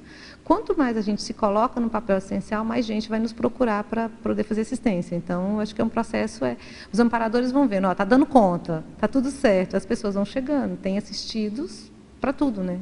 Então, parabéns aí pelo trabalho que ele está fazendo, né? E aí ele diz assim, na neossinapsologia também, ele pede para você comentar as neossinapses surgidas após os autoenfrentamentos contínuos. Aí ele complementa: atualmente estou autoenfrentando meu orgulho ferido. Meu avô paterno dessomou muito orgulhoso, definhando numa UTI. Bom, esses neossinapses a gente vai adquirindo todo dia. Se a gente estiver predisposto, né, para entender isso e qualificar a nossa assistência, no caso dele, do orgulho aí, eu só queria entender por que ele se sente, né, com esse orgulho ferido por uma condição do avô. Eu acho que eu não sei se para mim ficou muito claro. Para você ficou, Dulce? Não, ficou ambígua essa colocação dele. Eu não sei se ele está falando dele, e aí citou o caso do avô, ou se uma coisa tem relação com a outra. Realmente eu não entendi. Eu não consegui. A impressão que eu tive foram duas coisas diferentes, né? Ele tem alguma coisa que ele está trabalhando no contexto do orgulho ferido, e aí ele vai aprender as neossinapses dele, a partir dessa vivência, né? Até porque nem tudo que é ruim, isso é uma coisa que eu aprendi. Mas acho que ele viu o caso do avô como um exemplo para ele trabalhar. Exatamente. O orgulho dele, beleza. Porque, né? assim, Foi isso que eu acho que agora me deu o insight. Ideia. Aí tem lógico, porque assim, é no sentido de que nós vamos, né, dessa vida para outra, e a gente tem que trabalhar as coisas aqui. Eu queria chamar a atenção para uma coisa, que nem tudo que é ruim, ou sensações que a gente sente de ruim, ou negativas, digamos assim, elas são de fato negativas. A gente pode tirar o aprendizado disso, dessa situação. Então, esse orgulho ferido é uma oportunidade que ele está vendo de ver alguns traços que já não precisam mais, ou funcionou até de uma determinada época, mas agora não é outro momento, é outra coisa. Então, se qualificar para isso, ficar atento para isso, acho que pode ajudar. De fato, as experiências dos outros, né? Eu trouxe a minha mãe aqui como exemplo, você está vendo aí o seu avô, faz a gente pensar como que a gente está levando a nossa vida hoje, né? E se posicionar perante as nossas escolhas, isso é importante. Isso me faz lembrar, aqui no Crescendologia, até mesmo para tentar ajudar esse teletertuliano, o Crescendo Assistência Ecokármica, assistência grupocármica e policármica. Exatamente. Isso faz um link com tudo, faz o fechamento, talvez, para que possa ajudar esse tertuliano. Concordo com você, Patrícia. Concordo com você. Tá ótimo. Agora, você quer perguntar? Vamos lá? Boa tarde, doutora. Tudo bem? Boa tarde. Eu estava pensando aqui, e daí fazendo uma referência com outro grande médico, a teática autoconsciencioterapia. A teática da autoconsciencioterapia seria, de maneira geral, ou grosso modo assim dizendo, a associação livre excluída ou psicanalista, ou estou errado? Não. Quando eu trouxe a questão da teática da autoconsciencioterapia, porque a consciencioterapia é uma especialidade da conscienciologia que nós trabalhamos a saúde de uma maneira mais integral, tá? E a gente trabalha com o princípio da autocura. Então, a gente tem heteroassistência, ou seja, ajuda externa, ajuda de outras pessoas, né? No caso, eu sou consciencioterapeuta, mas é o processo da autocura, é a pessoa se curar. Dentro desse processo de cura, nós temos dentro da consciencioterapia, nós dividimos de uma maneira bem didática as etapas da autoconsciencioterapia em autoinvestigação, é aquela hora que a pessoa para e começa a se analisar, se pesquisar, e ver o que ela tem que não está muito bom, ou que está disfuncional, ou mesmo que está bom, mas que ela pode usar melhor. Tá? Um traço força, ou seja, ela tem coisas boas que ela está usando pouco. Ou, às vezes, defeitos, né? Trafares. E aí, ela começa a se analisar pelo comportamento dela no dia a dia. Quando ela consegue, a partir dessa análise, ela dar nomes, por exemplo, eu não consigo fazer uma assistência maior, porque eu ainda estou voltada para o meu ego, por exemplo, tá? Estou dando um exemplo. Então, isso aí a gente chama de um autodiagnóstico. Então, a etapa autoinvestigação, autodiagnóstico. Aí ela fala, poxa, se isso está acontecendo dessa forma, então agora eu vou me predispor para fazer assistência. Então, eu vou para o autoenfrentamento do problema. Tá? Então, ela vai lá, ela se coloca, ela vai ajudar numa ONG, numa creche, no asilo, ou vai voluntariar na conscienciologia, seja lá o que ela decide fazer para a vida dela. Até que ela consegue sair dessa condição de egoísmo, e ela supera o problema, tem a autossuperação. Fazendo uma analogia com a medicina, é como se você fosse no médico, fizesse, médico, eu estou sentindo isso, isso e isso, o médico vai lá te pedir uns exames, vai fazer a investigação do seu problema, depois ele vai te dar um nome, né, vai propor um tratamento, seja um remédio, uma cirurgia, seja o que for, até que você fique livre do problema. Então, é mais nesse sentido, a consciência terapia a gente não... Lógico que, em alguns momentos, nós vamos usar o conhecimento da psicanálise, tá? Da psicologia positiva. Então, é aquilo que o professor Valdo me ensinou e que eu começo a usar hoje. Lança mão de todos os recursos que a gente puder para poder ajudar aquela pessoa que está ali na nossa frente. Às vezes tem que usar. Não, é assim, eu tenho críticas, né? Eu não sou uma conhecedora da psicanálise profunda, tá? Não sou, eu sou médica, então o que eu conheço de psicanálise foi o que eu fui por autodidatismo, tá? Acho que tem algumas sacadas da psicanálise que são super importantes. Eu não desconsideraria tudo, não. Só que eu acho que foi por um caminho, ou deu um valor, né, muito maior do que eu acho que ele hoje tem pelo conhecimento que a gente tem da psicologia. Ok? Agora, se você pensar, né, também, obviamente, não sou do ramo, mas se você comparar, né, que a psicanálise é intrafisicalista, ela chega no inconsciente, né? No inconsciente. E a consciência terapia chega na sua holomemória. Então, assim, entendeu? Aí você conhece o paradigma consciencial, você vai preferir o quê? Entendeu? Então, assim... mais profundo. Muito bem mais profundo, mais amplo, mais abrangente mesmo, né? Agora, é claro, cada um tem seu momento, dependendo da pessoa, né?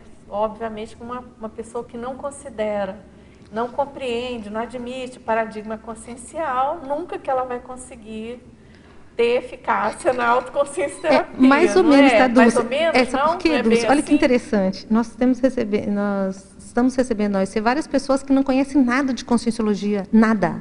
Não, mas ela pode não conhecer, mas ela está lá, ela chegou, admite. Estou falando daquela pessoa, que não admite nada. Sim. Não, isso é besteira. Aí não dá, né? Aí não tem jeito. Quer dizer, não dá, fica mais difícil. Fica mais difícil.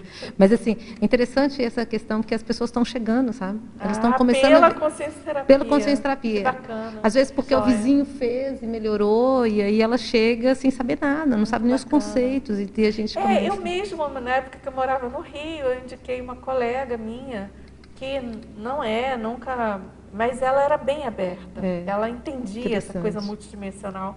E ela fez consciência terapia e gostou muito, muito. Estamos chegando, né? Agora, vamos lá. Boa tarde a todos, agradeço muito pela tertúlia de hoje. E ela diz assim, infelizmente estou com problemas na minha internet, só consegui ver alguns trechos, mas foram suficientes para identificar a necessidade de entrar em contato com a verbetógrafa. Colo grau em medicina no dia 30 de junho, agora. E estou entrando em Melim exatamente por não estar conseguindo organizar a associação da medicina convencional ao paradigma consciencial. É possível entrar em contato, telefone, qualquer e-mail? Gostaria de tirar algumas dúvidas, infelizmente não foi possível através da tertúlia. Se você quiser comentar, ela de todo modo fica gravada, ela vai poder ver depois. Eu passo para você e depois você pode entrar em contato e passar seu contato pessoal, tá?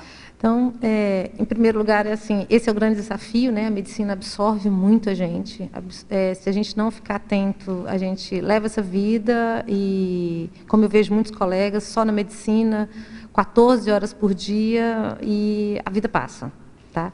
Então, a medicina é muito boa, mas ela tem o seu limite. Então, o grande desafio para mim, quando eu entendi isso, é assim, eu sou médica, eu preciso ganhar dinheiro, eu preciso trabalhar, eu preciso pagar a conta. Ok, mas até que ponto que eu deixo a medicina invadir minha vida, né? Então, no sentido assim de proexis. Então, é a definição disso que me ajudou. Olha, eu vou trabalhar tantas horas por semana, eu vou me dedicar a tantas coisas. Então, assim, se você quiser fazer tudo na medicina e ser a melhor médica, né, da sua especialidade, daquilo que você se programar a ser, eu acho muito difícil conciliar. Eu não consegui, tá? Então, provavelmente, fazendo uma análise retrospectiva, se eu tivesse ficado na UFMG, por exemplo, como era o cenário, né, que estava desenhado lá antes de vir para Foz do Iguaçu, eu possivelmente não teria acessado a conscienciologia e não estaria fazendo o trabalho que eu fiz. Por quê?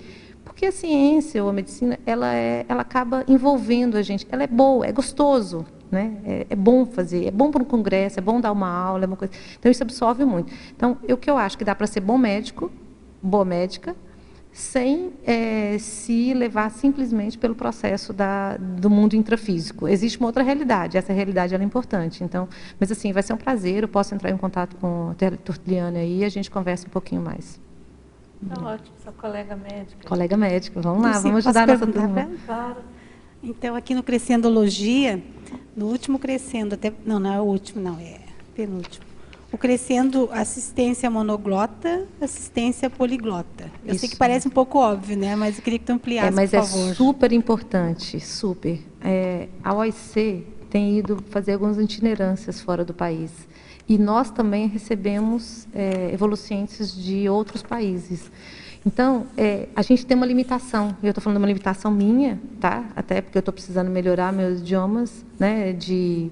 Principalmente o inglês, mas assim, a gente vê que tem um nível de assistência e você conseguir falar o idioma da outra pessoa para acessar maior número de pessoas, e eu já me vi projetada falando em outro idioma.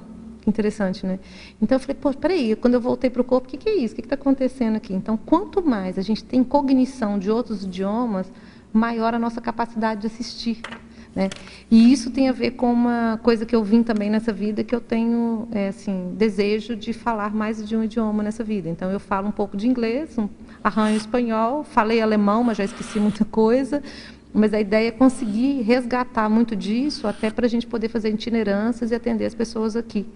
Então, eu acho que isso é de extrema importância, a gente ampliar o leque de idiomas que você pode falar para poder ajudar o maior número de pessoas. Né? Tá, mais um. Na numerologia, que é na página 3, né, o último é o ato de ver o trafor alheio. Também queria que tu ampliasse, por favor. Dentro da assistência, né? É que assim, quantas vezes a gente está fazendo assistência, a maioria de nós consegue ver o trafar, né? Pensa você, no seu dia a dia. A gente tem uma facilidade para ver o trafar do outro, que é muito sério. A pessoa pisou no nosso calo, a gente já reclamou, não é assim? Pô, a pessoa pisou no meu calo e não viu. Mas e ver o trafor, né? O que aquela pessoa tem de bom? E isso, para mim, é uma forma de me ajudar a não pensar mal de ninguém. Né? Na hora que o professor Valdo descreve que não existe consciência sem trafor, olha que coisa mais séria, que até a consciência mais doente ela tem trafor, isso começa a me falar assim, o que essa pessoa tem de bom? Então, isso às vezes me ajuda até para poder fazer assistência. Muitas vezes eu vou pelo lado do trafor, eu não vou pelo lado do trafar, porque isso às vezes não vai ajudar a pessoa. Entende? Então, a gente ter esse olhar traforista pelo outro, isso é muito sério.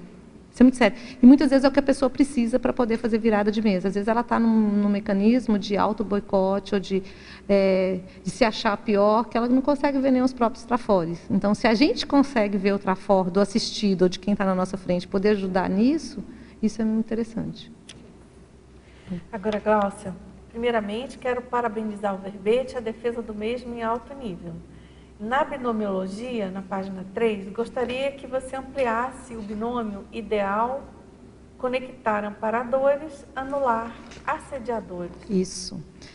Poxa, é o que nós queremos sempre, né? Sempre estar conectado com os amparadores, estar ouvindo e não dar valor, ou pelo menos assim, entender o que os assediadores estão tentando mostrar, mas não entrar na onda. Acho que esse é o grande desafio.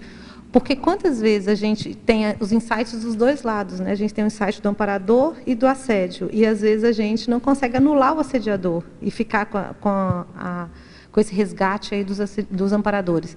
Então, quanto mais lúcido a gente tiver para o processo, e aí eu volto para a consciência terapia, quanto mais a nossa autoconsciência terapia estiver em dia, mais a gente vai conseguir fazer isso, conectar com o amparador e anular aqueles assédios, aquelas intrusões que não vão ser assistenciais. Nem para a gente, na autoassistência, nem no processo de heteroassistência. Acho que é isso aí. Está ótimo. Muito bem, professora Gláucia. A gente agradece muito. O seu verbete foi bastante assistencial, obrigada, esclarecedor. Aguardamos os próximos, né? Vai ser. Coisa aí para tem muita coisa, não é verdade? Eu que tenho que agradecer. Muito obrigada a todos vocês aí. Tá bom, pessoal. Eu agradeço também aqui tertulianos, teletertulianos e a equipe do tertuliário. Então, vamos aqui aos nossos anúncios. Obrigada. Obrigada, professora Dulce. Pontuações da tertúlia de hoje. nós tivemos 15 assinaturas no livro de presença, 10 perguntas presenciais e 22 perguntas online. Hoje nós faremos os seguintes convites. O André Chataloff, concurso Teáticas da Proexologia, a Terezinha Mello, concurso Pangrafologia Verbetográfica, a Marilza de Andrade, com a programação da Juriscons, e a Patrícia Menezes, com algum convite da Cosmoetos. Bom, boa tarde a todos e todas. Nós estamos, então, para divulgar aqui o curso de Teáticas da Proexologia, que tem a ver com as teorias e práticas da programação existencial. Esse curso vai acontecer tanto de forma presencial quanto EAD. Então, nós vamos fazer com que as aulas teóricas elas sejam transmitidas ao vivo e depois a pessoa que estiver fora aqui de Foz ou até do Brasil possa, quando vier para cá, fazer uma imersão na parte laboratorial.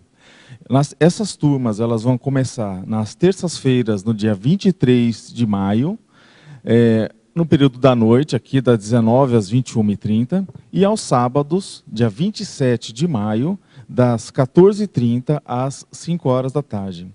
Uma das coisas aqui que a gente considera é que esse curso ele vai ter 18 aulas em 3 módulos, pelos quais nós vamos ter 3 frentes, e cada módulo vai ter uma frente. A primeira é inteligência proexológica, a segunda, escolhas evolutivas e decisões de destino, e a terceira, extrapolações da Proex.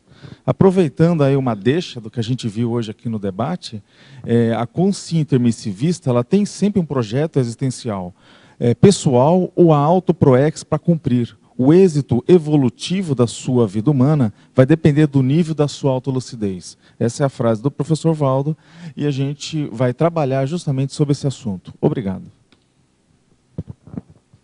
Boa tarde a todos. A Enciclosapiens vem convidar para o curso inédito de campo chamado Pangrafologia Verbetológica, que vai ocorrer neste mês de maio, do dia 26 a 28. Será no campus da UIC, aqui em Foz do Iguaçu, com os EPICONs, professora Dulce Dal e Hernani Brito. Um dos objetivos do curso, favorecer o extrapolacionismo parapsíquico sadio por meio da construção conjunta do holopensene pangráfico, favorecer a escrita parapsíquica tarística em prol do completismo grupal do megaprojeto da Enciclopédia da Conscienciologia. As inscrições podem ser feitas na recepção do CAEC, tem desconto de 50% para pessoas acima de 60 anos, e o telefone é prefixo 45 2102 1499. Estamos com vagas limitadas. Participe. Obrigada. Boa tarde a todos. Estou aqui em nome da Juriscons. A Juriscons é a instituição que estuda o paradireito, a paradireitologia, e nós vamos ter agora, durante esse mês de maio, agora no dia 13, as oficinas de condutas paradireitológicas, com o tema de conexidade, Consim e a sua coerência, com as professoras Malucata e Carol Espínola. A oficina acontecerá às 15 às 19h30, na sede da Juriscons, no discernimento número 350A, na Cognópolis. Dia 20, nós teremos a palestra gratuita, tema Valores Evolutivos, com o professor Roberto Almeida. Dia 27 e 28, curso de Valores Evolutivos, sábado de 8h30 às 19h30, domingo de 8h30 às 16h30, com o professor Roberto Almeida. Compareçam e estaremos lá à sua disposição. Vamos estudar o paradireito.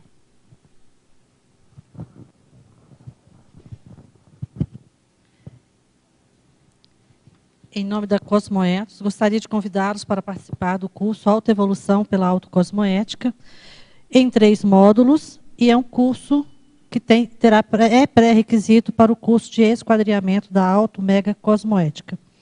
As inscrições podem ser feitas aqui na recepção do CAEC ou pelo e-mail da Cosmoetos, contato@cosmoetos.org.br. Esse curso será em 3 módulos, e o primeiro terá início agora no dia 20 de maio. Obrigada.